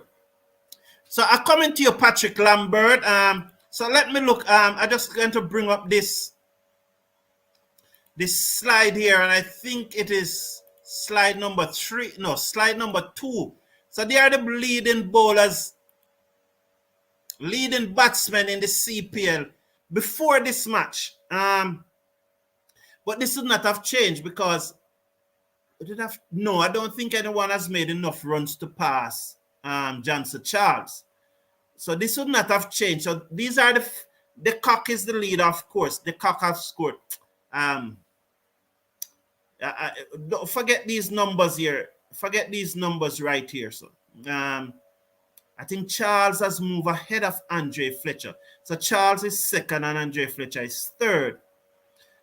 So forget these numbers here, but clearly Charles is the leading run scorer from a West Indian point of view in this year CPL at this stage. He's the leading run scorer from a West Indies point of view. So I just bring myself on the screen here and just let it stay a little longer so that if you want to study. So I just make it stay there for this over. Moeen Ali bowls to Alec Atanez, who reverse sweep it down to third man for 4. 9 for 1 in over number 2. As Moeen Ali round the wicket, bowls to Atanez, he reverse swept it down to third man for 4. So he moves up to 5 and the score is 9 for 1 in over number 2. He played that shot well. Absolutely well. He really played that shot well just now. So Roddy Latu is saying that, Mr. Forum, what's your opinion on Rampant Powell as a batter and not as an all-rounder? Well, before the World Cup, let me just say this. Rampant Powell is under pressure to make some runs for the West Indies. I don't like seeing him bowling. I don't like seeing Rampant Powell bowling. Before the World Cup, and Michael Douglas can remind me because I think you were the one that sent me the numbers. You were the one that did the research for me. Rampant Powell was our leading batsman during that run. From 2023, March 2023, that took the team up to third. He was our leading batsman during that run. King was second. I think Pooran was third or thereabout. But from the World Cup, Powell need to produce some runs. Halley bowls to Atanez, tuck it off his pad to mid-wicket, and there is no run. Good night, Sherwin. He's saying that Shea runs average in T20 cricket is 26.79. Brandon King batting average in T20 cricket is 29.06. He cuts it, drop. Azam Khan dropped the second catch. So there was Alec Atanez off the back foot and he cuts it straight to Azam Khan, who was again moving smartly to his right, and he dropped the catch. So he's dropped the catch. Moeen Ali bowls to Atanez and he cuts this away down to backward point, straight to the field on the boundary. That's Gudakesh Moti, who sends the return in at the end of the over, 10 for 1. So 10 for 1 at the end of the over. So clearly, Patrick Lambert, you're right, Charles is the leading run scorer for the West Indies in the CPL thus far. And that brings out the point again, Patrick Lambert. When you're selecting a West Indies team, as far as I'm concerned, I said it's performance that matters to me, not age. Because the youngsters played in this tournament too, They played in this tournament and they did not deliver. So why should I put them in our West Indies team when they played in this tournament and did not deliver? I wish them all the best for the Super 50. But I cannot include them in a West Indies team if they are not performing. I cannot pick you in a West Indies team because of your age, because you're a youngster. You have to perform. So I wish them all the best in the Super 50 coming up. Jonas Sinclair bowls short outside the off stump that cut away into the offside by Atanez. They go through for a single, 11 for 1 after 2.1 overs. So it's spin, and more spin, and then you have Tahir to come into the attack. So that's 16 overs of spin. Gudakesh Moti, Imran Tahir, Jonas Sinclair, Moeen Ali. It's spin, and more spin. Salim Khan is saying, I agree with Sherwin. Our captain is a watching wicket, a dead duck. I think Salim Khan, probably a little harsh there, but you're entitled to express your opinion. But I think you're a little harsh. I wouldn't quite put it like that, but I definitely think that he needs to score some runs. Stephen Barrow, welcome to the show. If you're not playing Cornwall as a batsman, then we are going to be about 30 runs short. And so if we're not playing Cornwall as a batsman, then we're going to be about 30 runs short. Juna Sinclair's bowls to Quinton de Kock, who slapped this away down to the extra cover boundary for 4. He just stood up tall and hit it at the top of the bounce down to the extra cover boundary for 4. 15 for 1 in over number 3. 3 deliveries have been bowled in over number 3. Bowled by Juna Sinclair.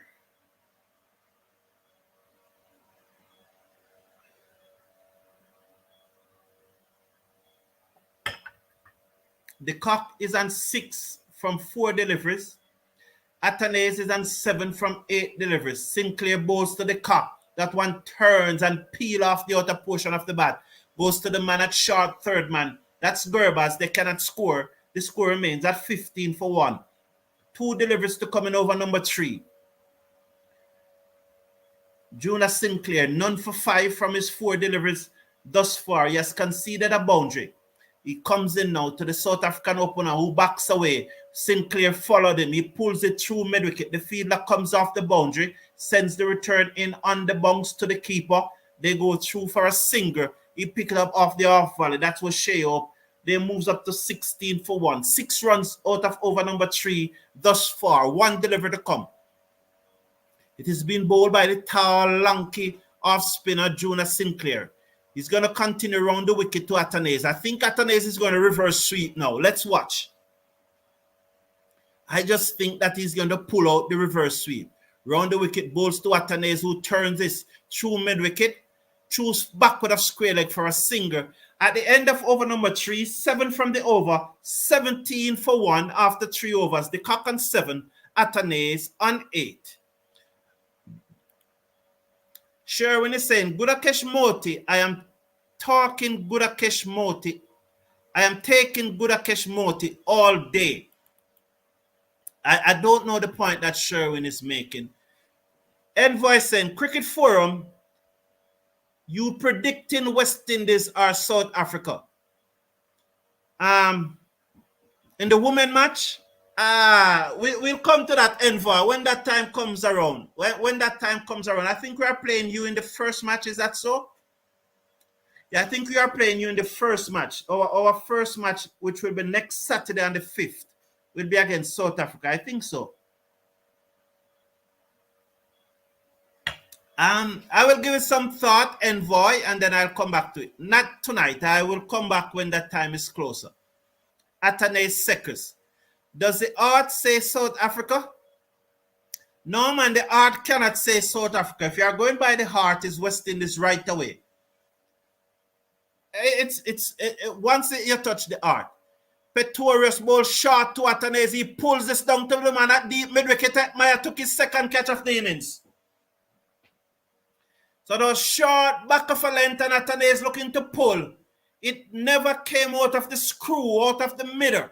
So he missed the middle and the ball goes down to Hetmyer running in and took a good catch coming off the mid-wicket boundary. And they are waving their flag at Providence at the Guyana National Stadium. It's a jam-packed crowd for he's good. He's good. It's not a no ball. He's good. They are checking for the no ball. But he clearly has something behind the line. So he's good. He's good. It's jam-packed at Providence. Can you imagine? This is a Wednesday night match, a Wednesday night game, and Providence is packed. When you look at the grass bank, gee, look at that, Jennifer. Look at that grass bank. It's absolutely packed. Thank you. Franz Clan is saying, I'm from Brooklyn, New York. Love your program. Thank you, Franz Clan. I appreciate you being here. Thank you for watching the match with us. And if you're not watching, thank you for listening to the live commentary. You know, we appreciate you here. Athena is saying, was that the first wicket or was it this one? Let's see. It was probably the first wicket because that comment came in from 8:13. Moti will get 6 wickets because I'm wrong all night. So if Moti gets 3, I am good. Salim Khan, lovely. I always love the banter, you know. Salim Khan, big fan. Respect, man.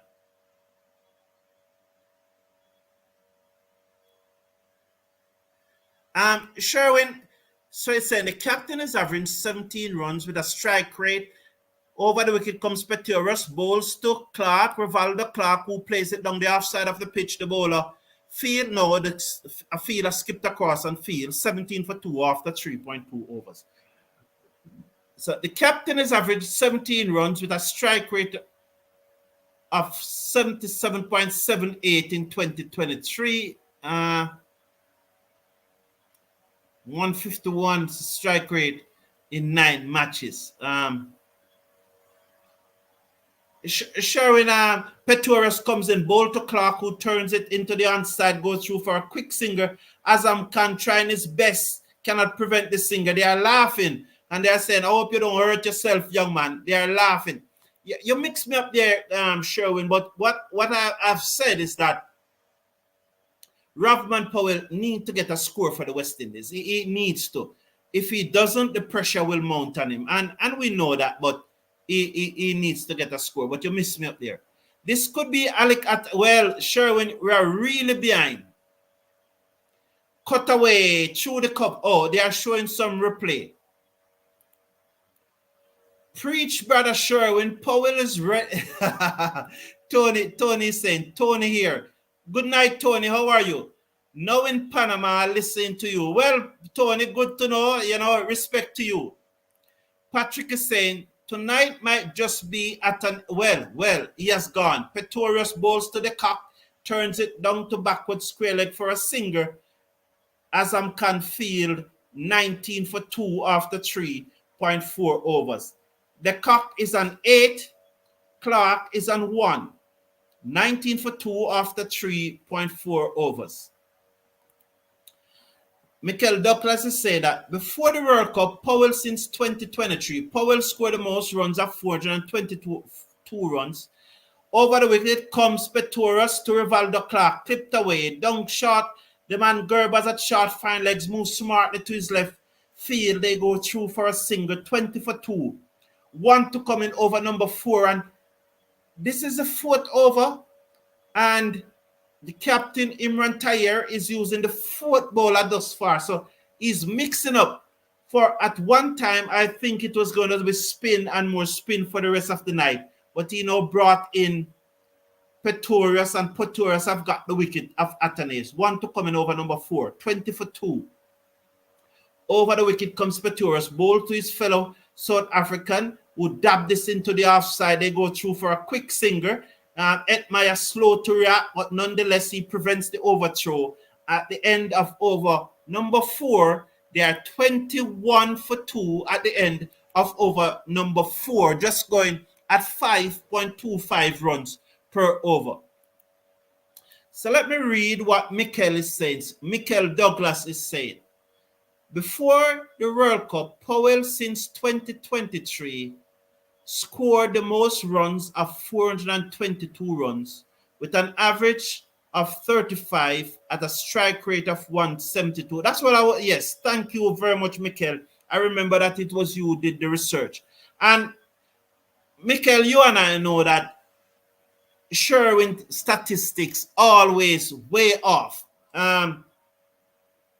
No disrespect to Sherwin, but we understand the challenge. Round the wickets come Juna Sinclair to Quinton de Kock, who plays a textbook forward defensive strokes, and there is no run. Something has to give you. I don't think that de Kock is just going to block. You know, the Barbados Royals have struggled in Guyana. They scored 96 against St. Lucia and I think 140 something. This one is swung away, down backward of square leg into the boundary for 4.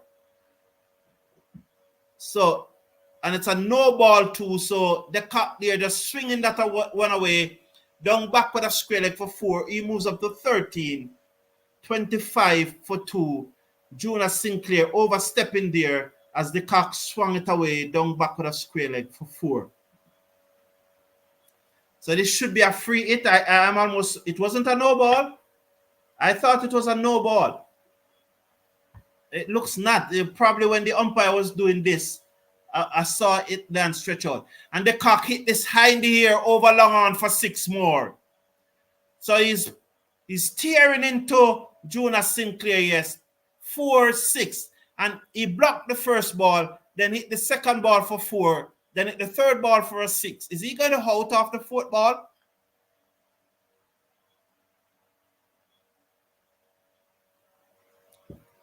I know that something would have to give. The cock is not just going to stay and block. And block. And block. Jonas Sinclair round the wicket, bowls to the cock. That one turned sharply. Right line, right length, and then turned sharply across the batsman. When I said sharply, it did turn sharply. That ball fizzed through the air. And as it fizzes through the air, it touched down on about fourth stump and then turned away from the batsman very sharply. Sinclair bowls to the cock. Outside the arse stump, hit it high in the air, over the top, over cover point for 6 more. So the cock really turning on the pressure in this over on the young Jonas Sinclair. 16 out of this over thus far. He conceded 7 runs off his first over. But in this over, he has gone for 16 runs thus far. The score moves up now to 37. 37 for 2 in over number 5. 37 for 2 in over number 5. The seconds now. Round the wicket, bowls to the cock. That one was the arm ball. He cuts it away. Beat the short third man. Hetmyer down to the boundary for 4. 20 from the over. At the end of over number 5, I think that's the end of the over. Yes, the end of the over. It should be 41 for 2. 20 from this over. 27 from his 2 overs. It should be the end of the over. That one was cut away. Down to third man, beat Hetmyer into the boundary for 4. I believe it's the end of the over. It doesn't look like the field was changing over, but I think so. No, one delivery to come. Oh, the no ball. I forget the no ball. Defends down back the pitch. Oh, that was a no ball. That was a no ball as he defends down back the pitch. 42 for 2 at the end of over number 5. So the run rate has spike up now to 8.4 runs per over. And this is no disrespect to Sherwin. No disrespect, no criticism. But we know that Sherwin is challenged when it comes to his vision. And so we will have to just understand and sympathize when he got the statistics wrong. You know, and so we understand and sympathize. And that's why it's sometimes I'll do a banter and told him that I can't trust his statistics. I said some good fun and good banter. Over the wicket, bowls to Rivaldo Clark, who plays it to the right of the man at short extra cover. The fielder on the edge of the cover circle. Field, they go through for a single. Who made a big mistake there because while Jonas Sinclair was coming across from extra cover, the fielder on the edge of the circle at mid-off should be coming forward to the ball. But because he never came forward to the ball while Jonas Sinclair was coming across from extra cover, the batsman got a chance to go through for the single. Petores comes in, bowl to the cock, being outside the arse stump through to the keeper, and there is no run as he tried to play a forcing shot off the back foot. Misses, go through to the keeper, and there is no run. So if he had come in, he would have closed down the distance between himself and the ball after it passed the extra cover. But he never came in, and that's what allowed the single then. 43 for 2 after 5.2 overs.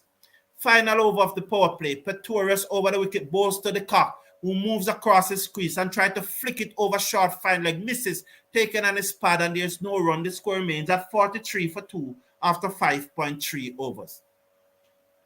Mr. Casanova is saying, why we couldn't have this crowd for the World Cup? Big question that, Mr. Casanova. Can the South Africa, can the Guyanese in the chat tell me, please, why they think so? Over the wicket, bowls to the cock, defends, they go through for a single. Petores cannot prevent it in his follow-through. One more to the cock, he moves up to 30 from 18 deliveries. Rivaldo Clark on 3 from 4 deliveries comes into strike. It's 44 for 2 after 5.4 overs.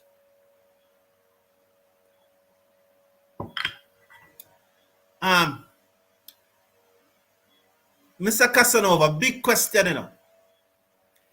Big question. Big question. Salim Khan is saying, South Africans get a wicket as you talking to Envoy, a South African karma at its best. Oh, yes. Slip goes down, bowls to Rivaldo Clark, who plays this now down to mid-off again for a singer. This time to the left of the mid-off, and the singer was clearly on as he plays it a little firmer. So the extra cover never have a chance to come across this time as it was played a little firmer. 45 for 2 with 1 bowling to Quinton de Kock.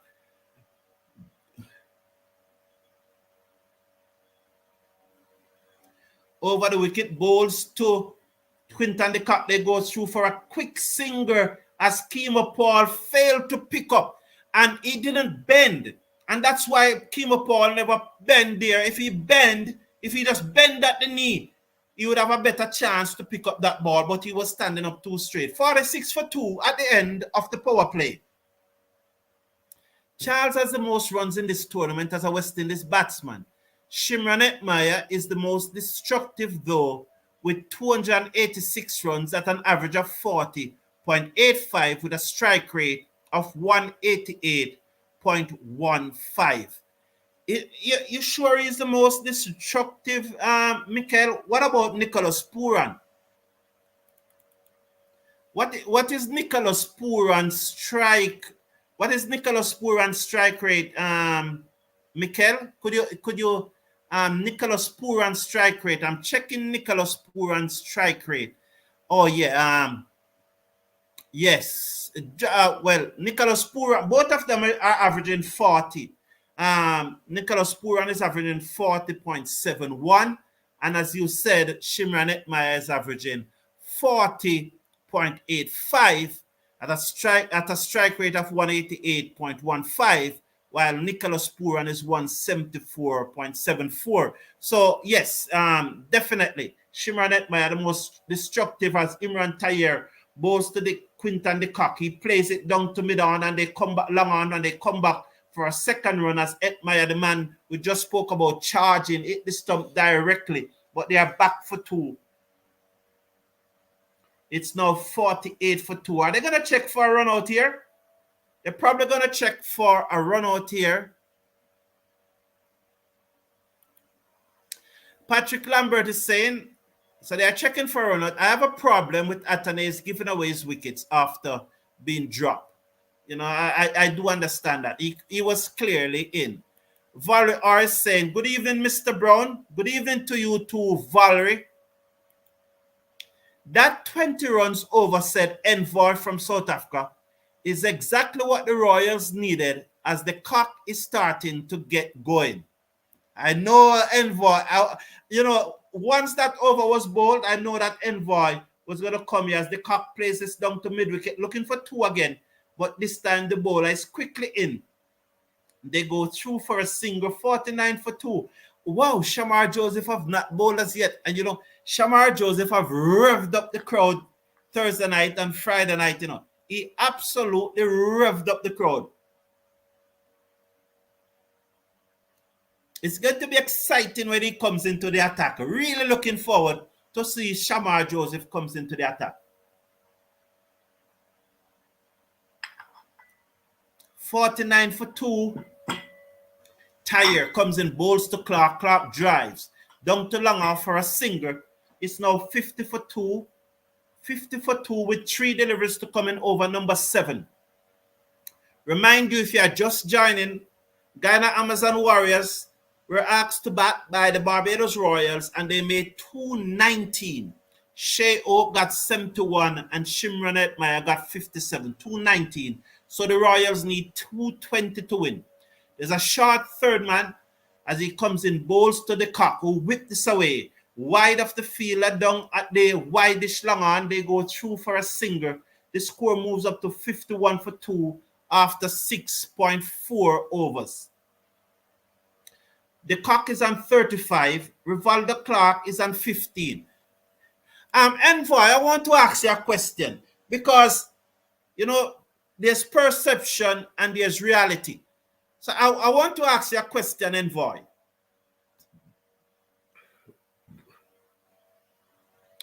Hetmyer over the wicket, bowls to Rivaldo Clark, the googly. He edged it away down to third man for 4. So that was a googly, but he watched it very carefully. And as he tried to defend this stump, he edged it and it goes down to third man for 4. And it's 55 for 5, 55 for 2. Oh, the Barbados Royals fan, if they heard me say that, they would be in trouble. They would be very, very upset. I apologize to the Royals fans. Hetmyer to Clark, and Clark drives down to the field on the cover boundary for a single. It's 56 for 2 at the end of over number 7. Clark is on 10 from 8 deliveries, and the cock is on 35 from 22 deliveries, 10 runs from that Hetmyer over.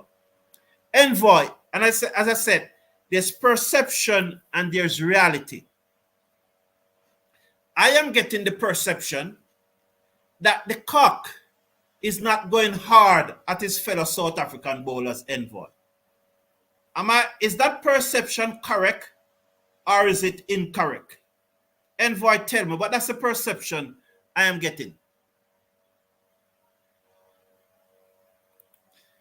Get strong men. What could throw the ball? Jashan Reese, I don't understand the comment. Paul Griffiths, welcome. Good night to you, sir. Brian Banton is saying, Powell bat as yet? No, he has not batted as yet. And Galen Evans is saying, I think he's replying to Murdit. I think so. Because Guyana Amazon Warriors was not in the World Cup. So that is the reason for the crowds. Okay. So that was the reason for the crowd. And Paul Griffiths is saying, oh, that one from Moeen Ali comes in as Rivaldo Clark plays it down to the cover boundary. Shimran Hetmyer comes around, sends the return in. There goes up to 58 for 2. They come back for 2. That's 2 they run there.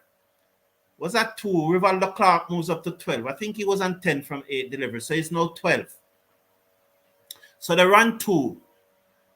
Paul Griffiths saying that Powell's side will win. Good to see. Good to have some Royal supporters here. Halley bowls to Rivaldo Clark, who gets outside his half stump and trying to paddle it away down the leg side. Misses, taken on the pad, 58 for 2 after 7.2 overs. He remains on 12 from 11 deliveries. The cock is on 35 from 22 deliveries. Moeen Ali comes in, bowls to Clark, and he swept this away down into the gap between the wide long on and the mid wicket for 4. Good shot by the young man. He just swept it away for 4. Good shot there, Rivaldo Clark. Lovely shot. He moves up to 16. So he swept that away. Nice, young man. 16 from 11 deliveries. Good. I love that shot. Definitely. 60 now. 62 for 2. I was right the first time. Ali to Clark, and Clark off the back foot. Looked to dab it away, but it came back, got the inner portion of the bat. Goes back to the bowler down the offside of the pitch. There is no run. 62 for 2 after 7.4 overs. And he swept this away again, but he played it a little later. So this time it goes straight to the fielder on the mid-wicket boundary. 63 now for 2. 1 delivery to come in over number 8. 1 delivery to come in over number 8. And the West Indies, as I saw that on the television, yes, the link is in the video description where you can get tickets to buy for the West Indies home series against England. That link is in the video description. You can click on it and you can get tickets to buy for the West Indies home series. Ali bowls to the cock, who went for the reverse sweep. Not out. I think it hit him outside the leg stump. I hope they don't go for the review. It's 63 for 2 at the end of over number 5. Are they going up?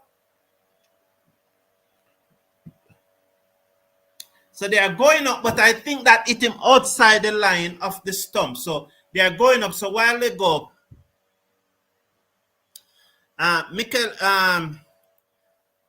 Envoy saying, this South African versus South African battle is not something that I want to watch. I just don't, I think that's clearly hit him outside the leg stump. And it probably even hit the bat. But let's watch the replay. Go to Ultra Edge. SOS Music is saying, good night. Good night, Cricket Forum. Poor and too inconsistent as A batsman. So no edge there. No edge there. And that's what I was saying, that it hit him. You know, it didn't hit outside the leg stump. You know, initially I thought that it hit outside the leg stump. He's out, you know. Yes, he's out. So the cock goes. Moeen Ali got the wicket off the cock.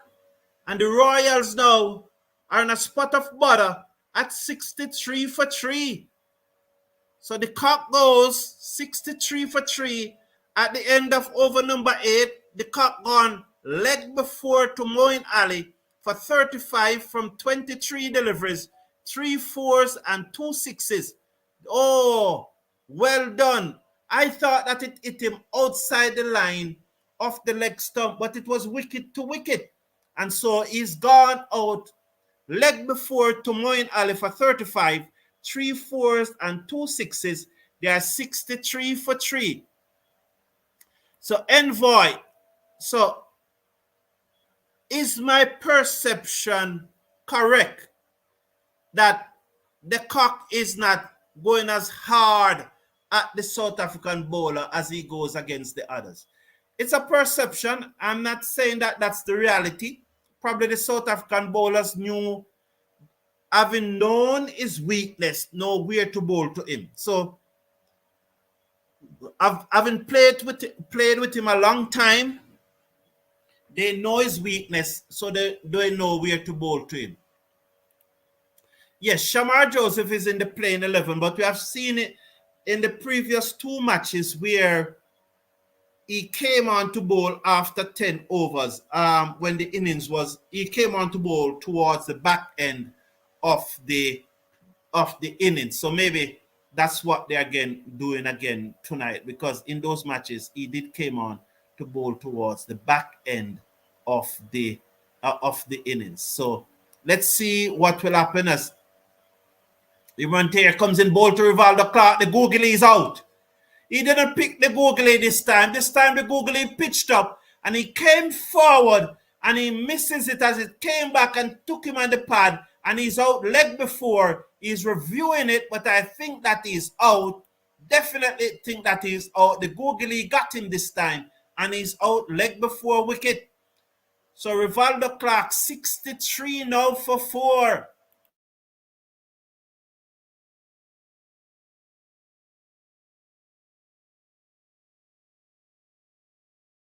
I think that is definitely out. Let's watch this.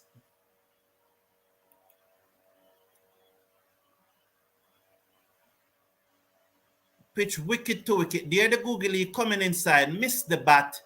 The only thing can save him, unless it missing leg stump, because this pitch is turning sharply. This pitch is turning sharply. Salim Khan is saying, brother Guyanese love our cricket. We will pull up anywhere cricket is playing, in the street, cricket back in the days.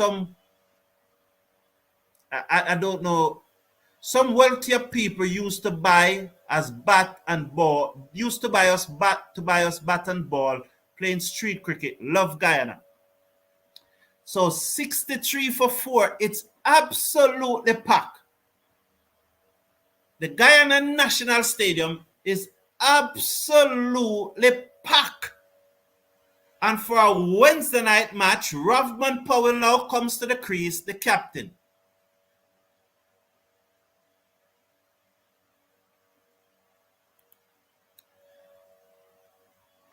Athena is saying a power play strike rate should be different when there is no power play. A power play strike rate should be different when there is no power play. Envoy saying, yes, the cock is not going hard against the fellow South Africans. However, I understand why he doesn't go off Petrus. The cock always defends him. Yes, the cock is not going hard against the fellow South Africans. However, I understand. Well, it better you said, sir. Now, I want to say there's a perception.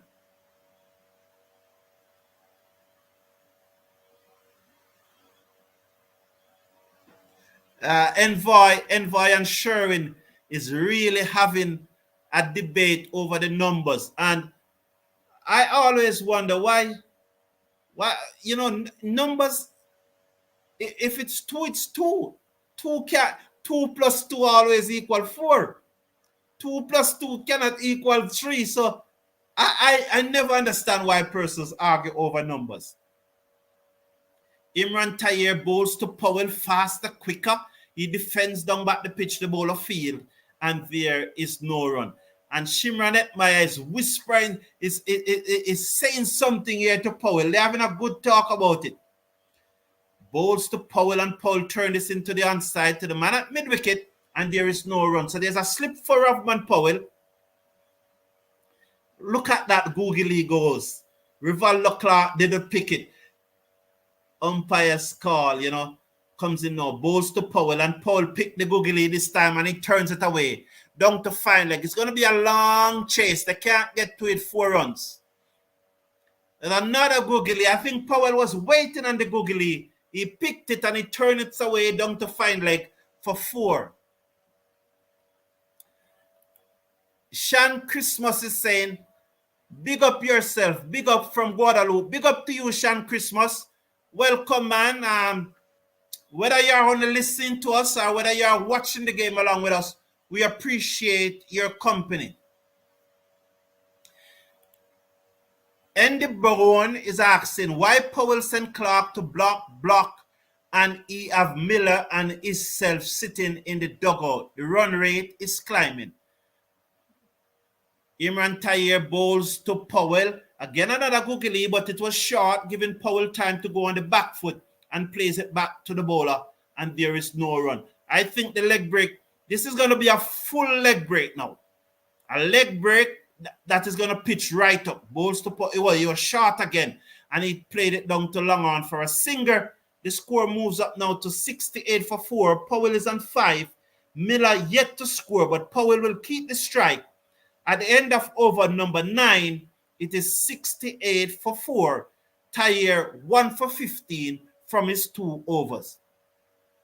So Andy Bourne is asking why Powell sent Clark to block, and he have Miller and himself sitting in the dugout.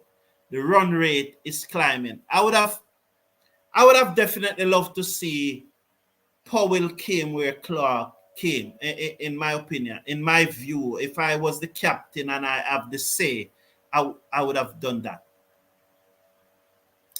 Envoy saying, well, there's still David Miller to watch. Yes. And Maharaj too. This Barbados Royal teams have a lot of South Africans.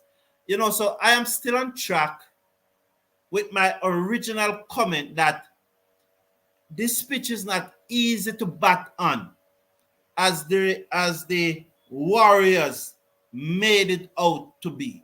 I still stick by that. I still think, and if you go back to my original comment at the start of the show, Moti round the wicket, bowls to Rovman Powell, kick it away down to fine leg for 4. Did he get back onto it or did it come off the pad? Let's watch the signal from the umpire. So it looks to be 4 more runs. Yes, I was correct. He ticketed it away. Powell moves up to 9, 72 for 4 after 9.1 overs. So just about 2 or 3 minutes in the broadcast, I said that this pitch, I believe that probably the Royals just never bowl well on it. And the Warriors seem to be doing a better work. Moti bowls to Powell, that turn, but it turns slowly. Powell goes on the back foot and plays it to the man at cover, and there is no run. So I think the pitch is turning, but it's turning slowly. Moti comes in, bowls to Powell again down the leg side. He turns it to the man at short fine leg. They go through for an easy leg by this time. It came off the pad. So one more run, 73 now for 4. Powell is on 9 from 8 deliveries. Miller will be facing his first delivery. Gudakesh Moti in his second over, 1 for 9 from 1.3 overs. This is over number 10, 3 to come. The target is 220. The Royals are 73 for 4. Gudakesh Moti is going to come round the wicket now to bowl to over the wicket to bowl to Miller. He's in bowls to Miller. Miller edge it away. Beat the dive of Hetmyer at short third man, and it goes into the boundary for 4. So Hetmyer came across and dived, and it goes into the boundary for 4. 77 now for 4 after 19.4 overs, and Miller is on 4. So a lot of 4 there. Miller is on 4, 9.4 overs, 77 for 4. You better buy 4 in the cash pot. Moti bowls to Miller short, and he cuts this away. Straight to the man on the cover boundary. They go through for a single, and it's 78 now for 4. Miller moves up to 5. Powell is on 9, comes into strike. 1 delivery before the drinks break or strategic timeout. I realize they're calling it these days. So 1 delivery to come in over number 10. The target is 220. Moti round the wicket, bowls to Powell. That turn, and it turns slowly again, giving the batsman the opportunity to stroke it down to Hetmyer, who comes in off the cover, not schema Paul. And he sends the return in. 79 for 4 after 10 overs. Miller is on 5 from 2. Rovman Powell is on 10 from 9. I'm coming to your comment, but as usual, I go through the batting card at the break. Quinton de Kock leg before to Moeen Ali for 35. Kadeem Alain caught by Hetmyer off the bowling of Gudakesh Moti for 1. He faced 3 deliveries. By the way, de Kock faced 23 deliveries, made 35, 3 4s and 2 6s. Alec Atanase made 8 from 10 deliveries. He hit 1 4. Rivaldo Clark leg before to Hetmyer for 17 from 14 deliveries. He hit 2 4s. David Miller is not out 5 from 2 deliveries, 1 4. Rovman Powell, the captain, is not out 10 from 9 deliveries, 2 4s. By the way, Shimra Alec Atanase was caught by Hetmyer off the bowling of Pretorius. Bowling for the Guyana Amazon Warriors, Gudakesh Moti 2 overs, 1 for 15. Moeen Ali 2 overs, 1 for 12. Juna Sinclair 2 overs, none for 28. Dwayne Pretorius 2 overs, 1 for 8. And Hetmyer 2 overs, 1 for 15. So I don't know if Shepherd is going to bowl. I think he bowled in the last match, but Shamar Joseph has not bowled as yet, and he is in the team. No doubt about that. He is in the team. You don't have to worry if Shamar Joseph is in the team. Is he in the team? No, Shamar Joseph is not in the team. No, I don't think Shamar Joseph is in the team. Let me double check. No, Tyre never bat, and they lost 8 wickets. He's not in the team. Mr. Brown, good evening, Valerie. It's just a perception. Clark is out. Okay, it's just a perception. The cock is not going easy. And Galen Evans is saying the cock is gone. Is gone. Yes. Get this match. I think the captain have to score 100. So for the Royals, the Royals to win, Philip Dubois is saying that the captain have to score 100. But Philip Dubois, do you realize that if the Barbados Royals, if they should lose this match, they would have lost all 3 matches that they played in Guyana in the space of 5 days. And for them to win the CPL from here, they will have to win 3 matches in 4 days. That's what is going to face them for them to win from here now. If they lose this match, They will have to win 3 matches in 4 days in Guyana. This same field. Wow. Yes, thank you, Rama. Yeah, when I did my deduction, I realized that he was not there. Appreciate it. He said he's ill and is not even at the ground. Ramas 360. Thank you very much for that. Somehow I just believe that he was here. Franz Clan is saying, what is your opinion on what Desmond Haynes did on picking the West Indies team, leaving out a lot of good players who topped the batting in the local tournament?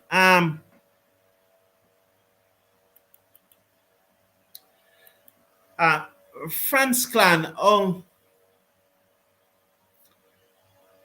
you would have to. Thank you for the question. I appreciate the question. Thank you very much. Imran Tayer over the wicket, bowls to Powell down the pitch. He's bowled. So Powell comes down the pitch to Imran Tayer, misses a full toss. He yorked himself and he's out bowled. So Powell goes for 10 from 10 deliveries. The Barbados Royals are 79 for 5 in over number 11. So there was Powell coming down the pitch to Imran Tayer, and he turned it into a yorker, came down the pitch, and it came off the pad. It came off the pad as he looks to access the ball and whip it through the outside, misses it, came off the pad and cannon into the stump. Powell goes bowled by Imran Tayer for 10 from 10, and the Royals are staring defeat in the face at this time. So they're asking him to wait. The umpires asked him to wait. He's clearly not a no ball. So please, as I look over, 600 persons are here, and as I said, we needed 50 subscribers to reach 16,900, and so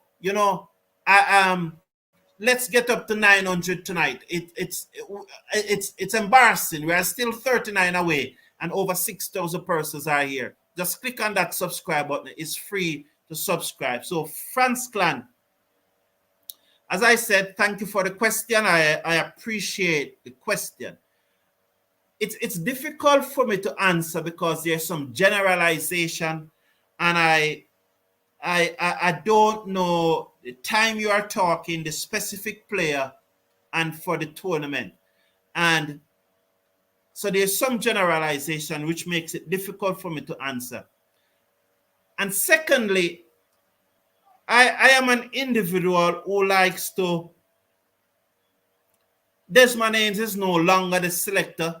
So I want to, while the past is very important for assessment and analyzing and so on, I want to look forward, look past the reign of Desmond Haynes, as that one was the googly Older plays it out to mid-wicket and there is no run. Older is a new batsman. So, Desmond Haynes is no longer the selector. So I don't really want to go back to Desmond Haynes. I don't want to go back to Desmond Haynes. You would have made a number of this as Tayer comes in, bowls to Older, who plays it back to the bowler down the offside of the pitch, who field and there is no run. Desmond Haynes would have made a number of decisions that I would have disagreed with. He would have also made a number of decisions that I would have agreed with. But there's a slip. And so he no longer being the selector, I move past that. Tayer bowls to Older, and Older hit this high in the air, chance over the top, 6 runs. It's so flat that I thought that there was a field on the long on boundary, but there was no field on the long on boundary, and it went all the way for 6 runs, 85 for 5. But thank you for the question. As I said, 13 runs and over, I bet Powell will do good, or he's going to be a dead duck. Salim Khan. Robin, welcome, man. Robin Sebastian. Oh, I miss you, man. Good night to you, Robin Sebastian. That one plays out to the covers of the outer portion of the bat. Older was looking to turn it into the inside as the leg break turns across him. It got the outer portion of the bat and goes into the offside. Bowls to Older, that's the leg, that's the googly, which he turns to forward of square. They go through for a single. So Imran Tayer, 3 overs, 2 for 22, 86 for 5. Miller is on 5. Jason Older is on 7, 86 for 5. With 9 overs remaining. 9 overs remaining to get, what's that? 134. 134. 9 times 15 is what? 145. 9 times 15 is 145. So the run rate is probably about 14 and a half. So the required run rate is about 14 and a half from here. About 14 and a half.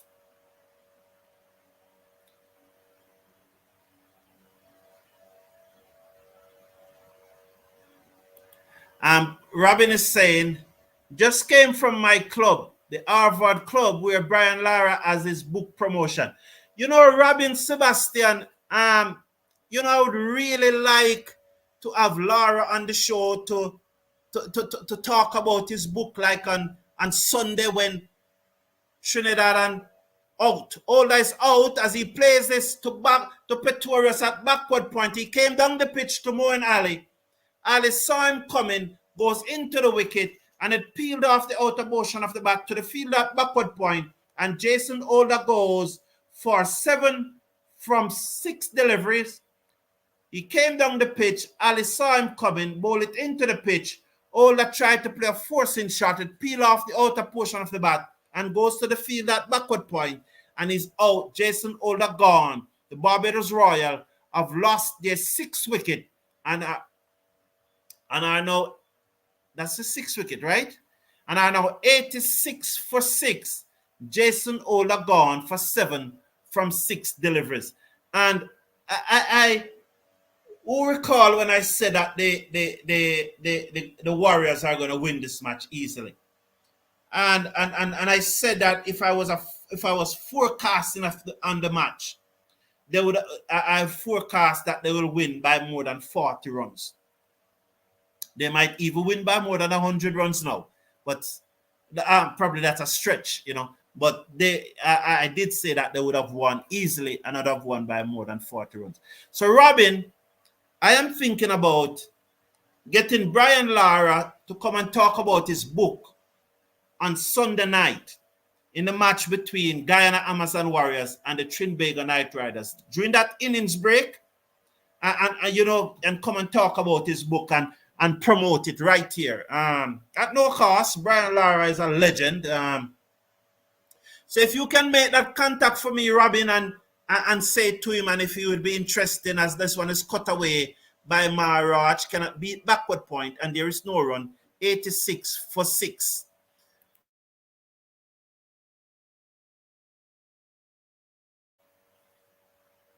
You know, Robin, so I'd really appreciate if you could make that contact for me. As that one came back in sharply from Moeen Ali as he plays it out into the offside, and there is no run. And I'm sure the viewers on the cricket forum would definitely like to hear Brian Lara talk about his book and interact with him a little. So, Robin, if you can make that contact, I would appreciate it. I want an honest answer. Which team do you believe will win the CPL this year? Patrick Lambert already said, I think the Guyana Amazon Warriors are going to win. I remember that I said that this is a review here now. Moeen Ali going up for a review again against Maharaj. I think that the Guyana Amazon Warriors are going to win. I already said it, Patrick. So, but Patrick, come on, Patrick Lambert, man. I have always been honest. I always express my opinion. I always give my honest opinion, Patrick. I can't not give my honest opinion, Patrick, because the moment I don't give my honest opinion is the moment I become lost and don't know who I am or what I am. So it's opinion. It's my opinion. It struck him outside the line, so not out. It struck him outside the line. Oh, the original decision was out, but I think it struck him outside the line. Outside the line. Impact was outside the line, so it's not out. So I can't not give my honest opinion, Patrick. I always think. Yeah, yes, SO, yes, I was told that. Yeah, Powell is out. Yes, 2 and 2 is 22. Yes, man. Patrick Lambert, I don't know which school you go to, you know.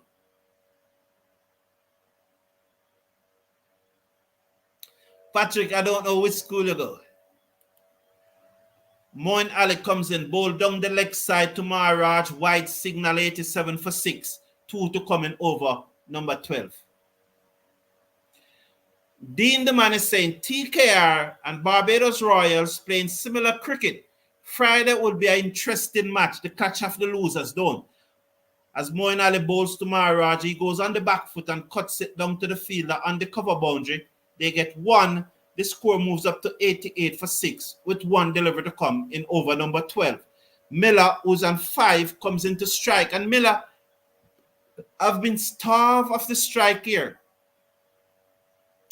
Yeah, Dean the man, I was thinking about it, and I was saying if Barbados Royals lose this match, my thumbnail for Friday will read Clash of the Losers or something to that effect.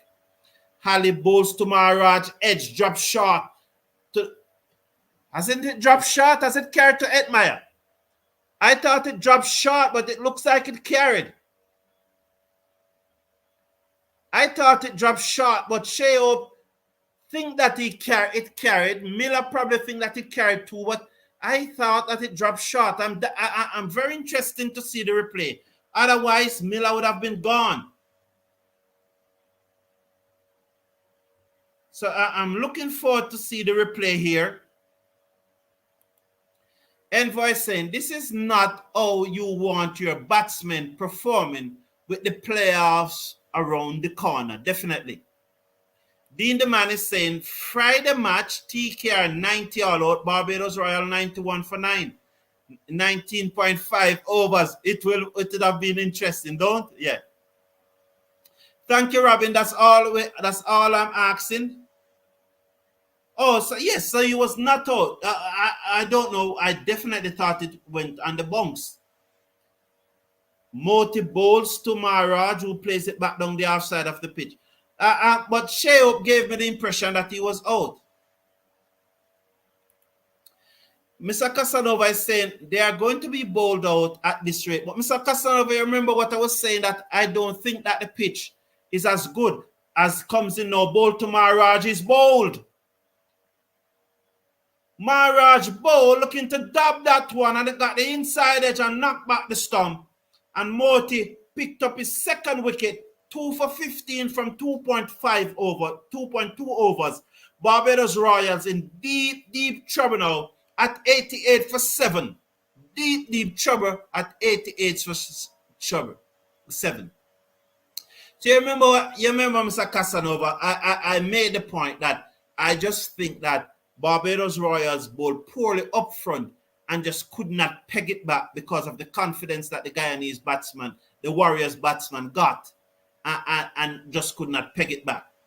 Dean the man, Clash of the Losers, laugh my A off. I love it. All right, cool. So I might just use it then, Dean the man, because it sounds like you love it. Salim can say, I picked St. Lucia to win the CPL because they have the best team. On the bright side, my wife is a St. Lucian, so a final with Guyana and St. Lucia is a win-win for me. That's good, Salim Khan. Lovely, lovely, lovely. Say good night to your wife for me, please. 7 wickets down. Yes, it's 7 wickets down, Valerie. Thank you for that, Patrick. Patrick Lambert, I don't get that one. So 88 for 7. 88 for 7. 88 for 7. So clearly now, let's look at, I'm looking at the live poll to see what it says here now. I think there was a live poll.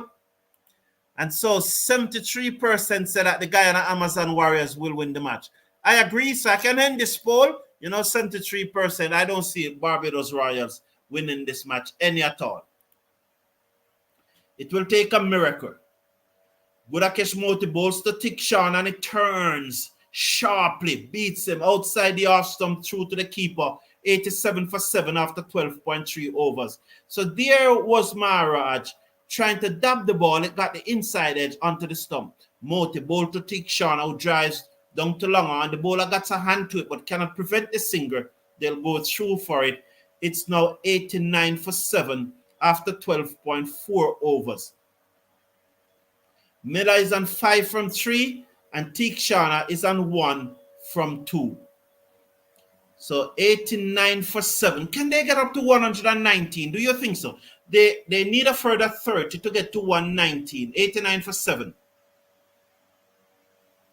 Budakesh Moti 2 for 16 from 2.4 overs. Over the wicket, bowls to Miller, turn this into the onside and goes through for a single, looking for 2. The touchdown. They will go back for the second. They will get it quite comfortable. And once again, the fielder overrun the ball. This time it's Gerbaz. 91 now for 7 in over number 13.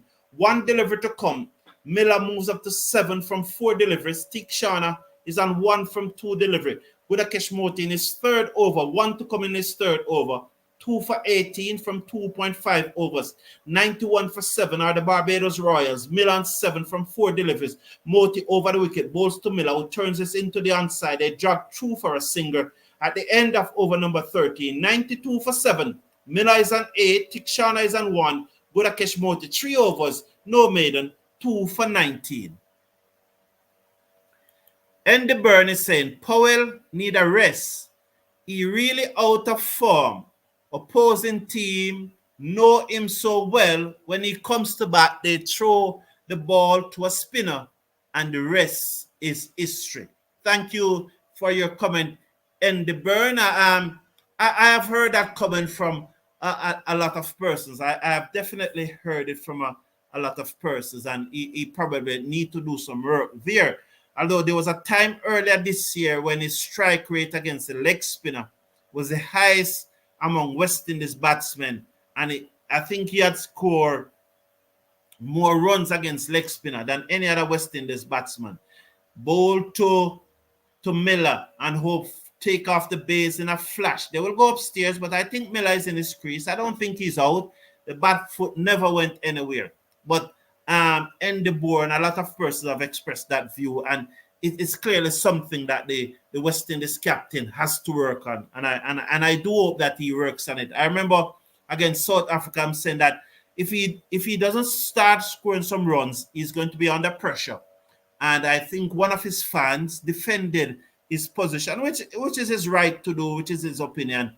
He asked me what pressure that Powell was under, but if he doesn't start scoring runs, even the players in the dressing room are going to start asking him questions, because teammates are like that. They are going to start asking him questions. So I do hope that for his sake and for West Indies' sake, he starts scoring some runs. I definitely do so.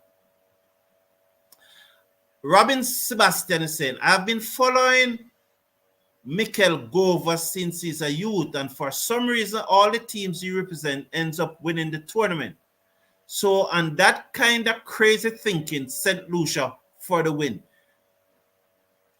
Halley, round the wicket, bowls to Miller, who reverse sweep to the man at slip, and on the bounce again, and there is no run. So Moeen Ali in his fourth and final over, 2 for 14 from 3.2 overs. We're in over number 14. Ali round the wicket, bowls to Miller, who plays this away down to the man on the mid-wicket boundary.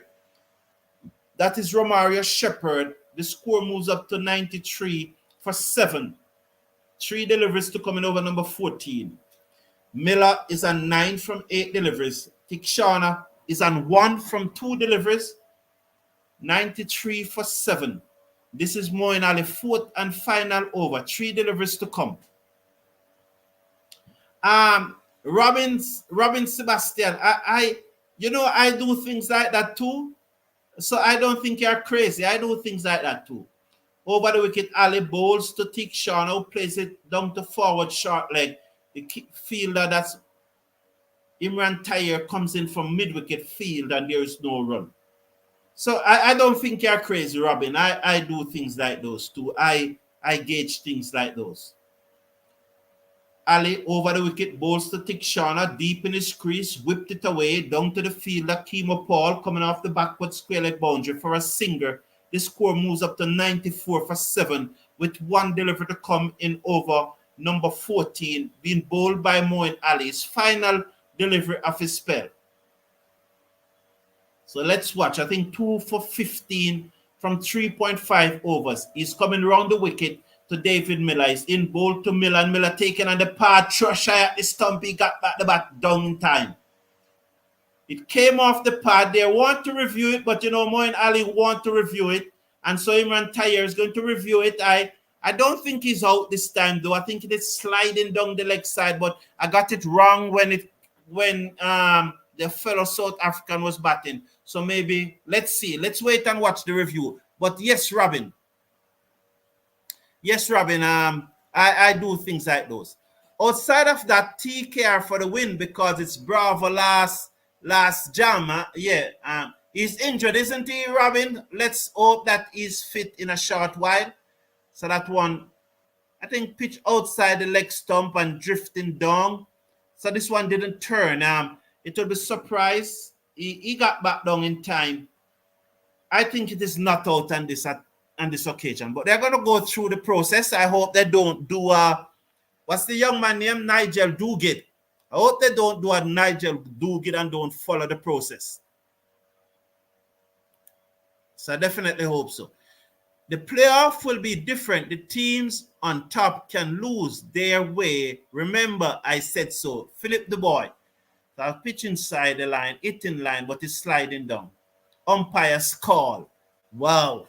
Umpire's call. So Moeen Ali ends his spell 2 for 16. 4 overs, no made, 2 for 16 for Moeen Ali. I agree with you, Philip the boy. In 2022, the Talawas came fourth. And so they had was to play one delivery to come. Sorry. So it's 3. I thought it was the end. Yes, it's end of the over. 4 overs, no maiden, 2 for 16. In 2022, the Jamaica Talawas came fourth, won the eliminator, won the second qualifier, and won the tournament. So it can happen. We saw it happen before. So we know that. But and I know that records are there to be broken. But the psychological barrier that the Royals will need to overcome. Moti down the leg side stump. It's going to be signal wide, but Tishana is stumped. And it's now 95 for 8. Moti down the leg side. Tishana looked to turn it away. Lost his balance. He's not a batsman. He's a bowler. And they are jumping in the stand at Georgetown. 95 for 8 stump off the bowling of Moti, picking up his 3rd wicket. So he just lost his balance. And the moment he stepped out of the crease, Sheho whipped those bails off in a flash. So Tishana goes stump by Hope off the bowling of Budakesh Moti, would have now picked up his 3rd wicket. 3 for his 3rd or his 4th. He made 2 from 4 deliveries. Is that his 3rd or is it 4th wicket? It should be, yes, 3 for 20 from 3 overs because it was a wide ball. He still has 6 deliveries to bowl in the over. 95 for 8. They may well lose this match for more than less than 100 runs. So clearly, and yes, so Philip the boy, the point I was making, having lost 3 matches at this same ground in 5 days, it's not impossible for when they return to Guyana, because they're going to Trinidad to play the Night Riders on Friday. It is not impossible when they return to Guyana for the playoffs that they can win the 3 matches in the 4 days. It's something that can happen. But that's a big psychological hurdle to overcome. So it will be interesting to see what they do. Clive Smith, good night, man. Welcome to the show. Powell and Pooran can only bat good when the team is doing good. Thank you for your opinion, Clive, and I'm glad that you are able to express yourself. Philip Dubois saying they can shock you to win the Tiger TNT. Okay, no, Philip Dubois, and I love the interaction, and I love to set things straight. 95 for 8. As Moti comes into a bed, McCoy, who hit this down the ground. Let's see, gone all the way for 6. It was just a step on a hit. As a big fast bowler just hit it away, over long off for 6. He goes up to 6, 101 for 8 in over number 15. One delivery, 14.1 overs. So big shot there by Obed McCoy. Philip,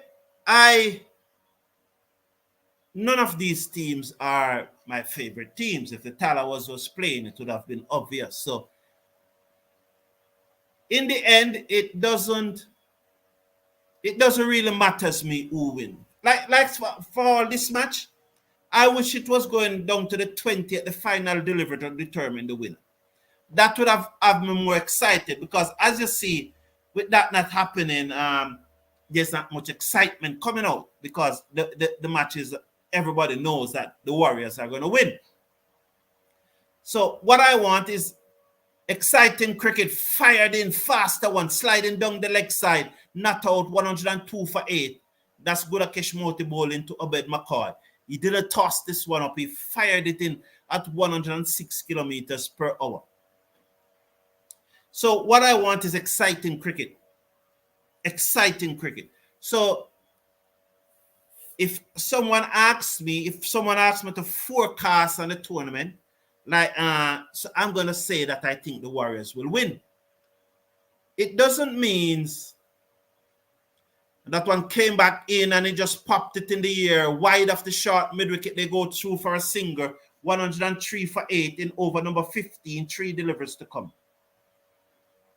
So when I forecast and pick a team that the Warriors will win, that's just my forecast. I will never say the other 3 teams cannot win, but I pick the Warriors to win. So it's as simple as that.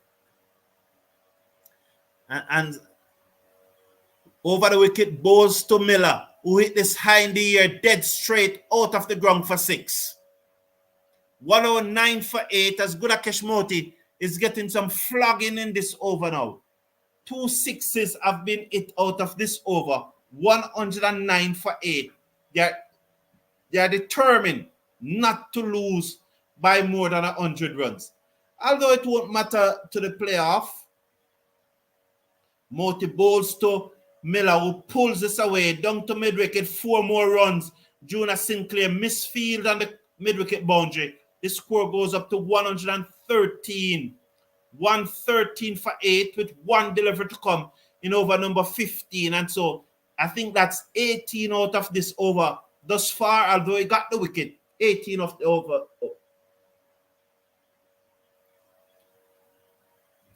18 out of the over thus far. Bad miss there.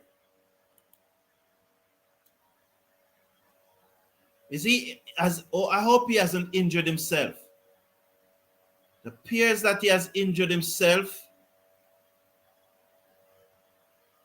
Definitely hope he has not injured himself. He's off the field nonetheless. But I definitely hope that Juna Sinclair has not injured himself. Also, Salim Khan is saying the Trinbago Knight Riders is overrated because Pooran is the only hope for TKR, because Russell and Pollard will score some runs in every 4 games, just like Captain Powell. So Salim Khan giving his views. I love the different views. I always love the different views. Guyana Amazon Warriors finding back their mojo again at the right time since their back-to-back losses.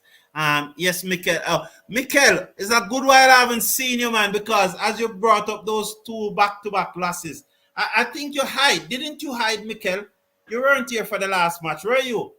I think you hide. Good to see you, Mikel. I love it. I love it. Yes. Volley or lovely shot by McCoy indeed for 6. First delivery, and he just hit it over the top for 6. Yeah, over the top for 6. Lovely, lovely, lovely. 113 for 8. That man is dancing beside the barrel of Eldorado rum. I'm sure that he would love some right now. You know, Eldorado probably need to sponsor the cricket forum. And you can imagine how the cricket forum are that nice if me I drink some rum right now. Yeah? Can you imagine? Me under me rum and I do the watch along. What a show with a nice man. You know, the show, it would be nice. I'm sure I'm sure that you guys would really have enjoyed the show if I was drinking some Eldorado now. You know, Eldorado probably need to sponsor the show and send on some rum, man. You know, it would have been 117 for 8 at the end of the over. That was a big over by Gudakesh Moti. I think about 22 came off that over, but a lot of 4-4. It's how many runs came off that over? I'm trying to check. Just give me a moment. Let me see how it goes. 6, then a 4. 19 runs came off that over. 19 runs came off that over, I think. It's 19 or someone can tell me it's either 19 or 20, but I check it at 19. 19 runs off that over by Gudakesh Moti. And that was so after 4 overs from Gudakesh Moti, 3 for 38 from his 4 overs. Moeen Ali, who opened the bowling with him, have also bowled 4 overs, 2 for 16.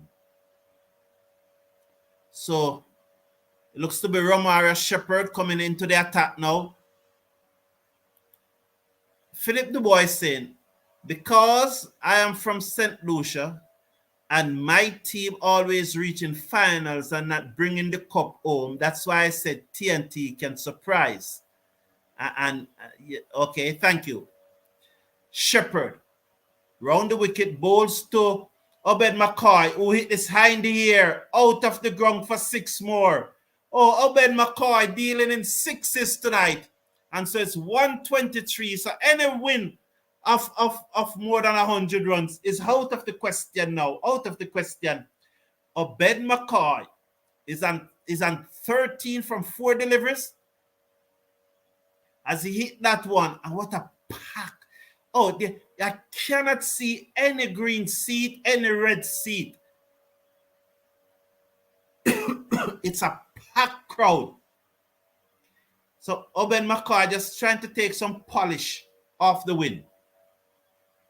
Shepherd round the wicket, bowls to McCoy, a sharp bouncer.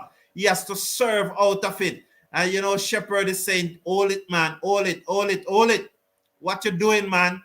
Well bowled, Shepherd. I love that. I love that. It was sharp, it was fast. You know, it was only 134, but it looked quicker than that. It was into the pitch. It was well directed. He has to get his head out of the way. You saw me shifting my head just now at the replay. It was sharp. Round the wicket comes Shepherd, bowl to McCoy, who swings, misses, through to the keeper. There's no run. 123 for 8 in over number 16. 3 to come. Philip Du Bois, wasn't it only one final they have been to? They have been to more than one final. I'm just trying to remember if the St. Lucia Kings have been to more than one final. Brother, you see I asked for Moti to pick up 6, but I will be happy either 3 wickets. So as I was reading your comment, McCoy is out. So it's 123 for 9. I apologize for those who are not watching and just listening, but McCoy is out.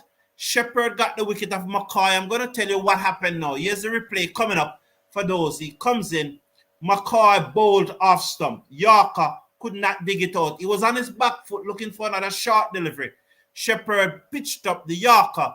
He was unable to get his bat down onto it, and he's gone. So McCoy gone for 13 from 8 deliveries. York by Romario Shepherd.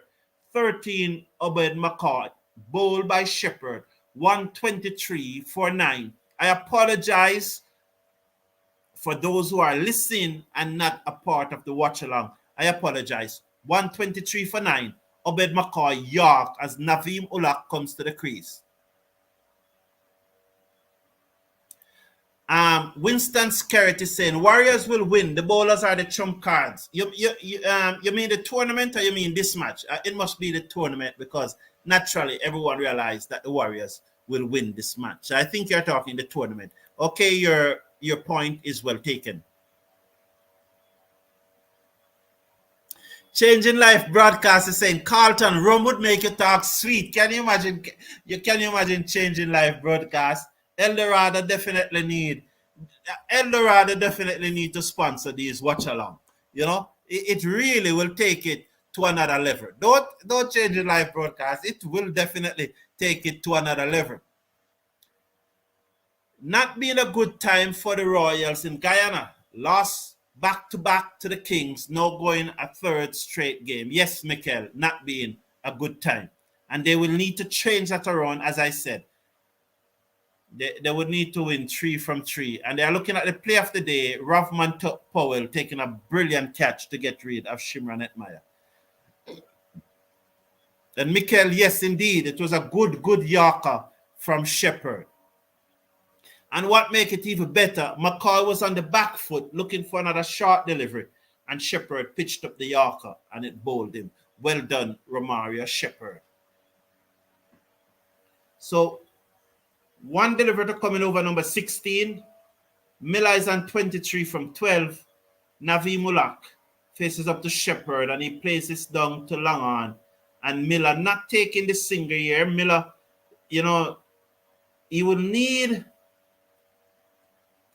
25 runs and over to win. 25? 24.25. I think he needs 24.25 runs per over to win. Is that calculation right? Because he needs 97 runs from 4 overs. 24.75. 24.25. Yeah, 25. Isn't it 20? It's 24.25 runs per over to win from here. So I think he just want to face as many deliveries as possible. I think he knows that he cannot win the match from here. So he just want to ensure that he faces as many deliveries as possible. Other Royals players need to step up. Too dependent on Quinton the Cock. Yeah, the Cock has been making the most runs for the Royals.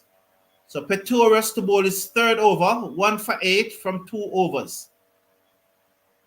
Round the wicket, bowls to Miller, cut away down to the backward point boundary for 4. He was short outside the half stump, and Miller just cuts it away down to backward point for 4. He moves up now to 27. The score is 127 for 9 in over number 17. 1 delivery bowled so far. Despite the dive of Hetmyer, he didn't get anywhere close to it. It goes down to the backward point boundary for 4. That one was it very hard. So they're making some adjustment to the field right now. Pretorius round the wicket, bowls to Miller, pulls this away down to mid wicket for 4 more. 131 for 9. Miller moves up to 31. Is he still trying to win this match? Envoy said, come on, Miller, you have 24 balls to cause carnage. Envoy, it's good that you're still here. You probably were sleeping, because this match is really a number of South African in this match. 2 on the Guyana Amazon Warriors team and 3 on the Barbados Royal team. Pretorius, a South African, comes in, bowl to another South African. Miller, who hit this in the air, down towards long off. Kemo Paul has to move to his right. They did not go through for the single. I think they could get 2 there. But there's a slow ball from Pretorius, but Miller picks it. He's on 31, 131 for 9 from 15 deliveries. So despite what is happening, he's scoring at more than over 200. He has a strike rate of over 200. You know, 2-6 out of this over and match will still on, you know. 2-6 and then a single and he goes down to the other end. Match would still be on. Envoy, good really. Pretorius round the wicket, bowls to Milan. He slashed this away. Wide of the man and the extra cover boundary. Again, he chose not to run. 131 for 9.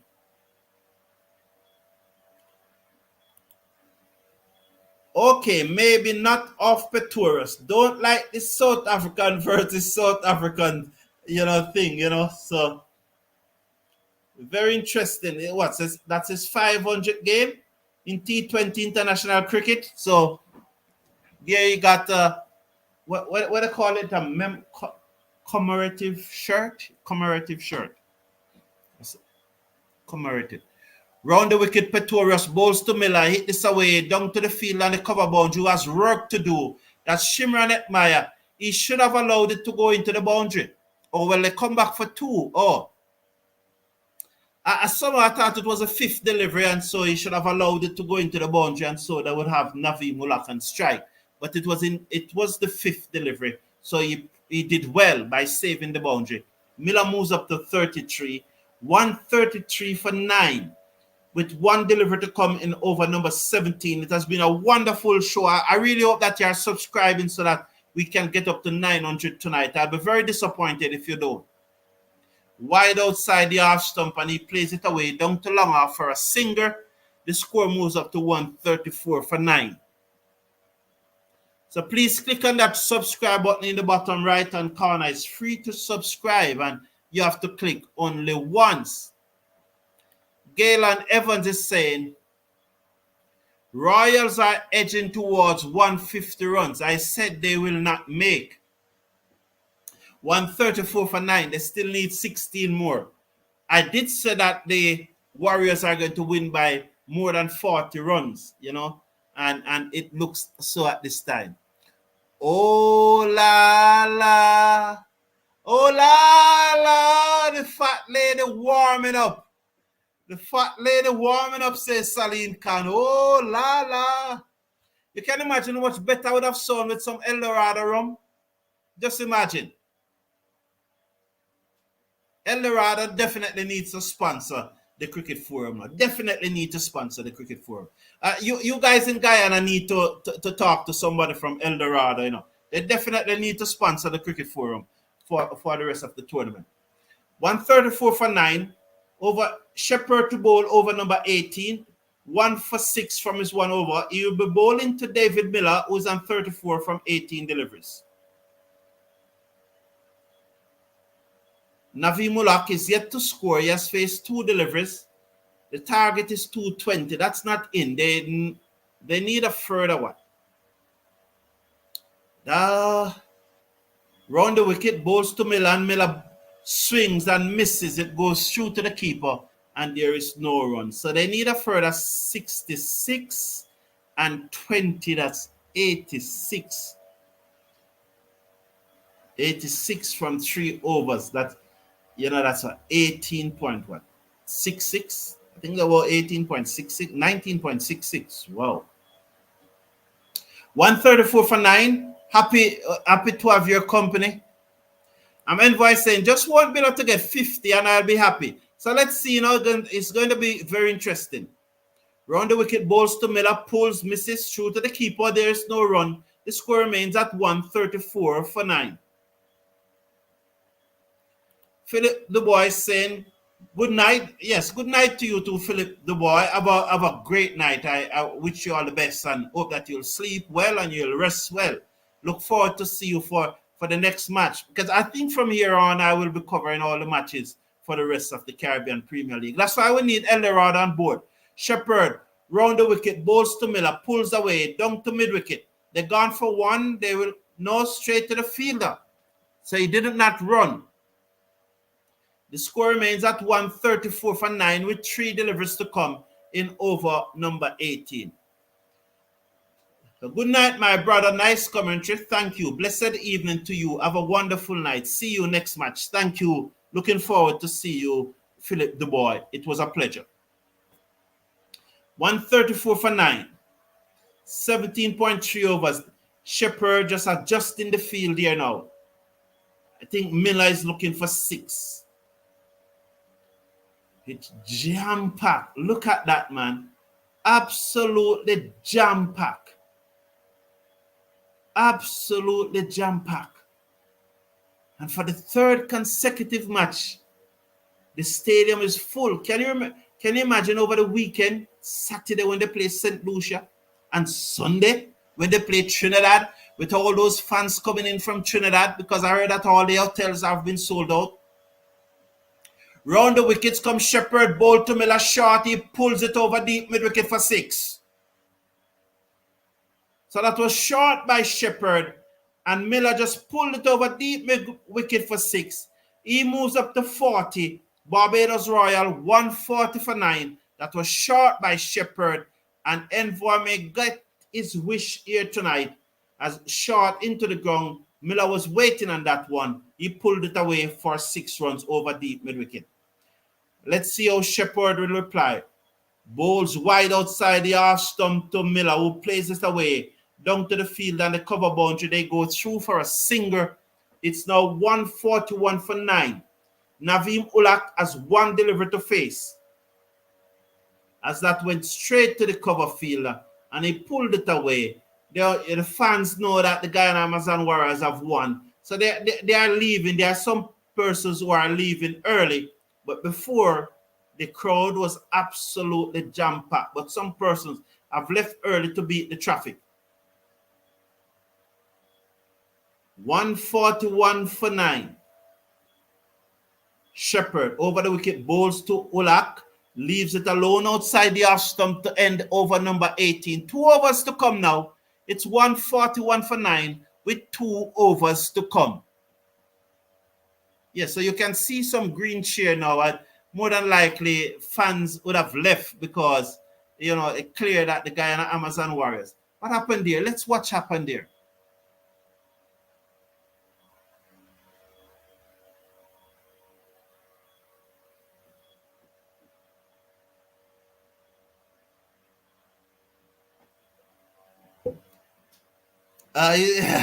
Did he take the catch? He's happy. That young man is happy. Well done, young man. He's so happy. He's so happy. Budding future cricketer there. Future Guyanese cricketer. He's playing all the shots in the book. Oh, that's a lovely pull. Oh, wonderful. Oh, he's playing all the shots in the book. He's in the stands and he's playing all the shots. So they're leaving the ground now, as you see, 141 for 9. The only interest remaining in this match is whether David Miller will get up to 50 or not. In his 500 T20 match. 141 for 9. Pretorius, his fellow South African, round the wicket, bowls to Miller, who hit this away over long off for 6. Into the stand. Lovely shot there. Outside the half stump, and Miller just reaching for it and hit it over long on for 6. 6 more runs. He moves up to 47. The score moves up to 147 now for 9. David Miller is on 47, playing a lone hand here, but it's a little too late. They had at least 10 opportunities in the crowd to take the catch and could not take it as the ball bounced from spectator to spectator, and none of them could hold on to it. Pretorius bowls short to Miller. He pulls this away in the gap between long on and deep mid-wicket for 4. That's his 50. 51 for David Miller from 25 deliveries. 151 for 9. So that is 50. He's going to go berserk here now. He's going to play shot after shot here. Yes, Salim, can you say Miller just trying to make himself a good 40 runs and over, that he could hit 13-6 and outside the half stump he drives to cover and there is no run. Miller just trying to make himself good 40 runs, and over they could hit 13-6 in 12 balls and still lose. Salim can, all right, it's round the wicket, Pretorius bowls to Miller, hop and over, down to the boundary, the fielder comes across, that is Powell, and there is no run. It's 151 for 9, just 8 deliveries remaining in the match. Miller is on 51 from 27 deliveries, and the fat lady is singing now. So Salim Khan is saying that he could hit all of these deliveries for 6, and he still would not win. Pretorius round the wicket, bowls to Miller, and it is high in the air. 6 more runs by Miller. He moves up now to 57 from 28 deliveries. 157 for 9. So that was it, high in the air. And Miller really roughing up Pretorius here. The way in Pretorius, he's really roughing him up here now, as that one was it high in the air. McCoy is saying, good knock by Miller. Needed that. Yes, he definitely needed that. Another 6 off the bowling of Pretorius. Round the wicket, bowls to Miller, wide outside the half stump. He drives it back to the bowler on the bounce, and there is no run. So Naveem Ulak will have to face the 20th over. Can he survive? Can he give Miller the strike? Wow, a hit out the stadium. Lovely shot. It was definitely a lovely shot. He's on 57, the same as Hetmyer made. 63 runs needed from 10 deliveries. Oh, sorry, from 6 deliveries. They need to score 10.5 runs per delivery, which is not possible. You know, that's where the 10 came to my mind. So David Miller, 6 4s and 4 6s for his 57. 6 4 and 4 6s for his 57. And as you see in there, he faced 29 deliveries. Who will bowl the last over? Yeah, who will bowl the last over? It's going to be interesting. I don't see who as yet as they are showing. I would love to see they give Jonas Sinclair the last over. You know, just to, after the second over that he bowled, I would love to see them give him, just to build back his confidence. Definitely love to see them give him the last over. So it's 157 for 9. So Shepherd to bowl it. Bowls to... Oh, drop that backward point. There's a sharp rising delivery. And Naveem Ulak looked to steer it away. Pretorius dropped the catch at backward point. The score moves up to 158 for 9. It was a short delivery that came back into Ulak. He has to defend himself. And Pretorius, what was really an easy catch, Pretorius was going for the camera there and dropped the catch. And so Miller comes in to strike. And will he do some more damage now to Shepherd bowling? Instead of ending with 2 for 13, Miller might just come for a few 6s in this over.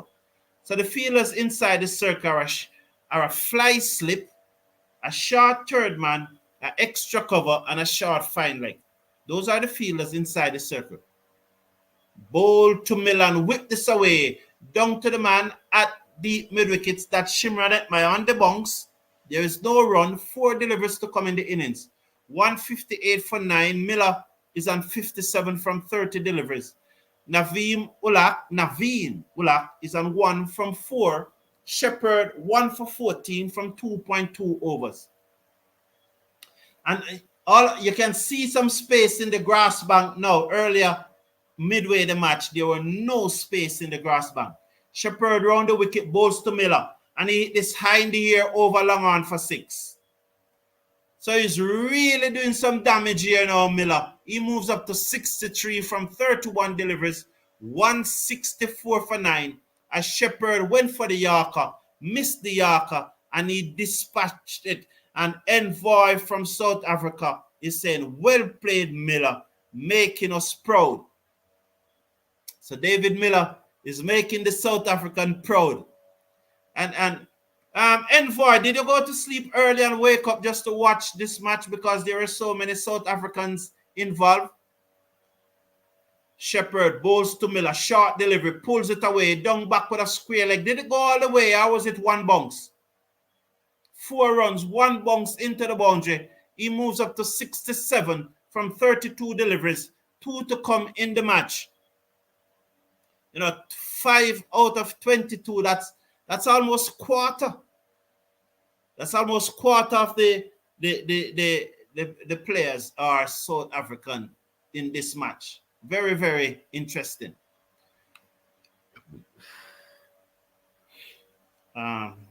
It's about 22%, right?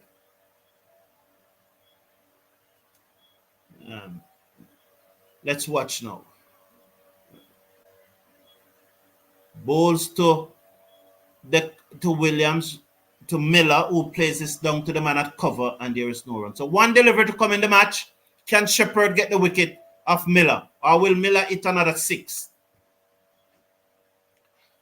If you were betting, what would you go? Miller hitting a 6 or Shepherd getting the wicket? Or neither? 6-4 wicket, neither. Those are the 4 options. 6-4 wicket, neither. Round the wicket, bowls to Miller, hit this high in the air, down towards long on, 4 out. Did it go all the way? Did it go all the way or was it 1 bounce? 1 bounce. Miller ends on 71 from 34 deliveries. Guyana Amazon Warriors won by 47 runs. I said that they were going to win by 40 plus runs, and they did win by 40 plus runs. Am I a genius or what? It was a pleasure being here with you tonight. I really appreciate your company. I hope you have subscribed, and see you on Friday night. As I said, I'll be here for the rest of the tournament, doing watch along and providing live commentary for the rest of the tournament. Take care. Good night. Have a wonderful night. Take care of yourself and take care of your loved ones.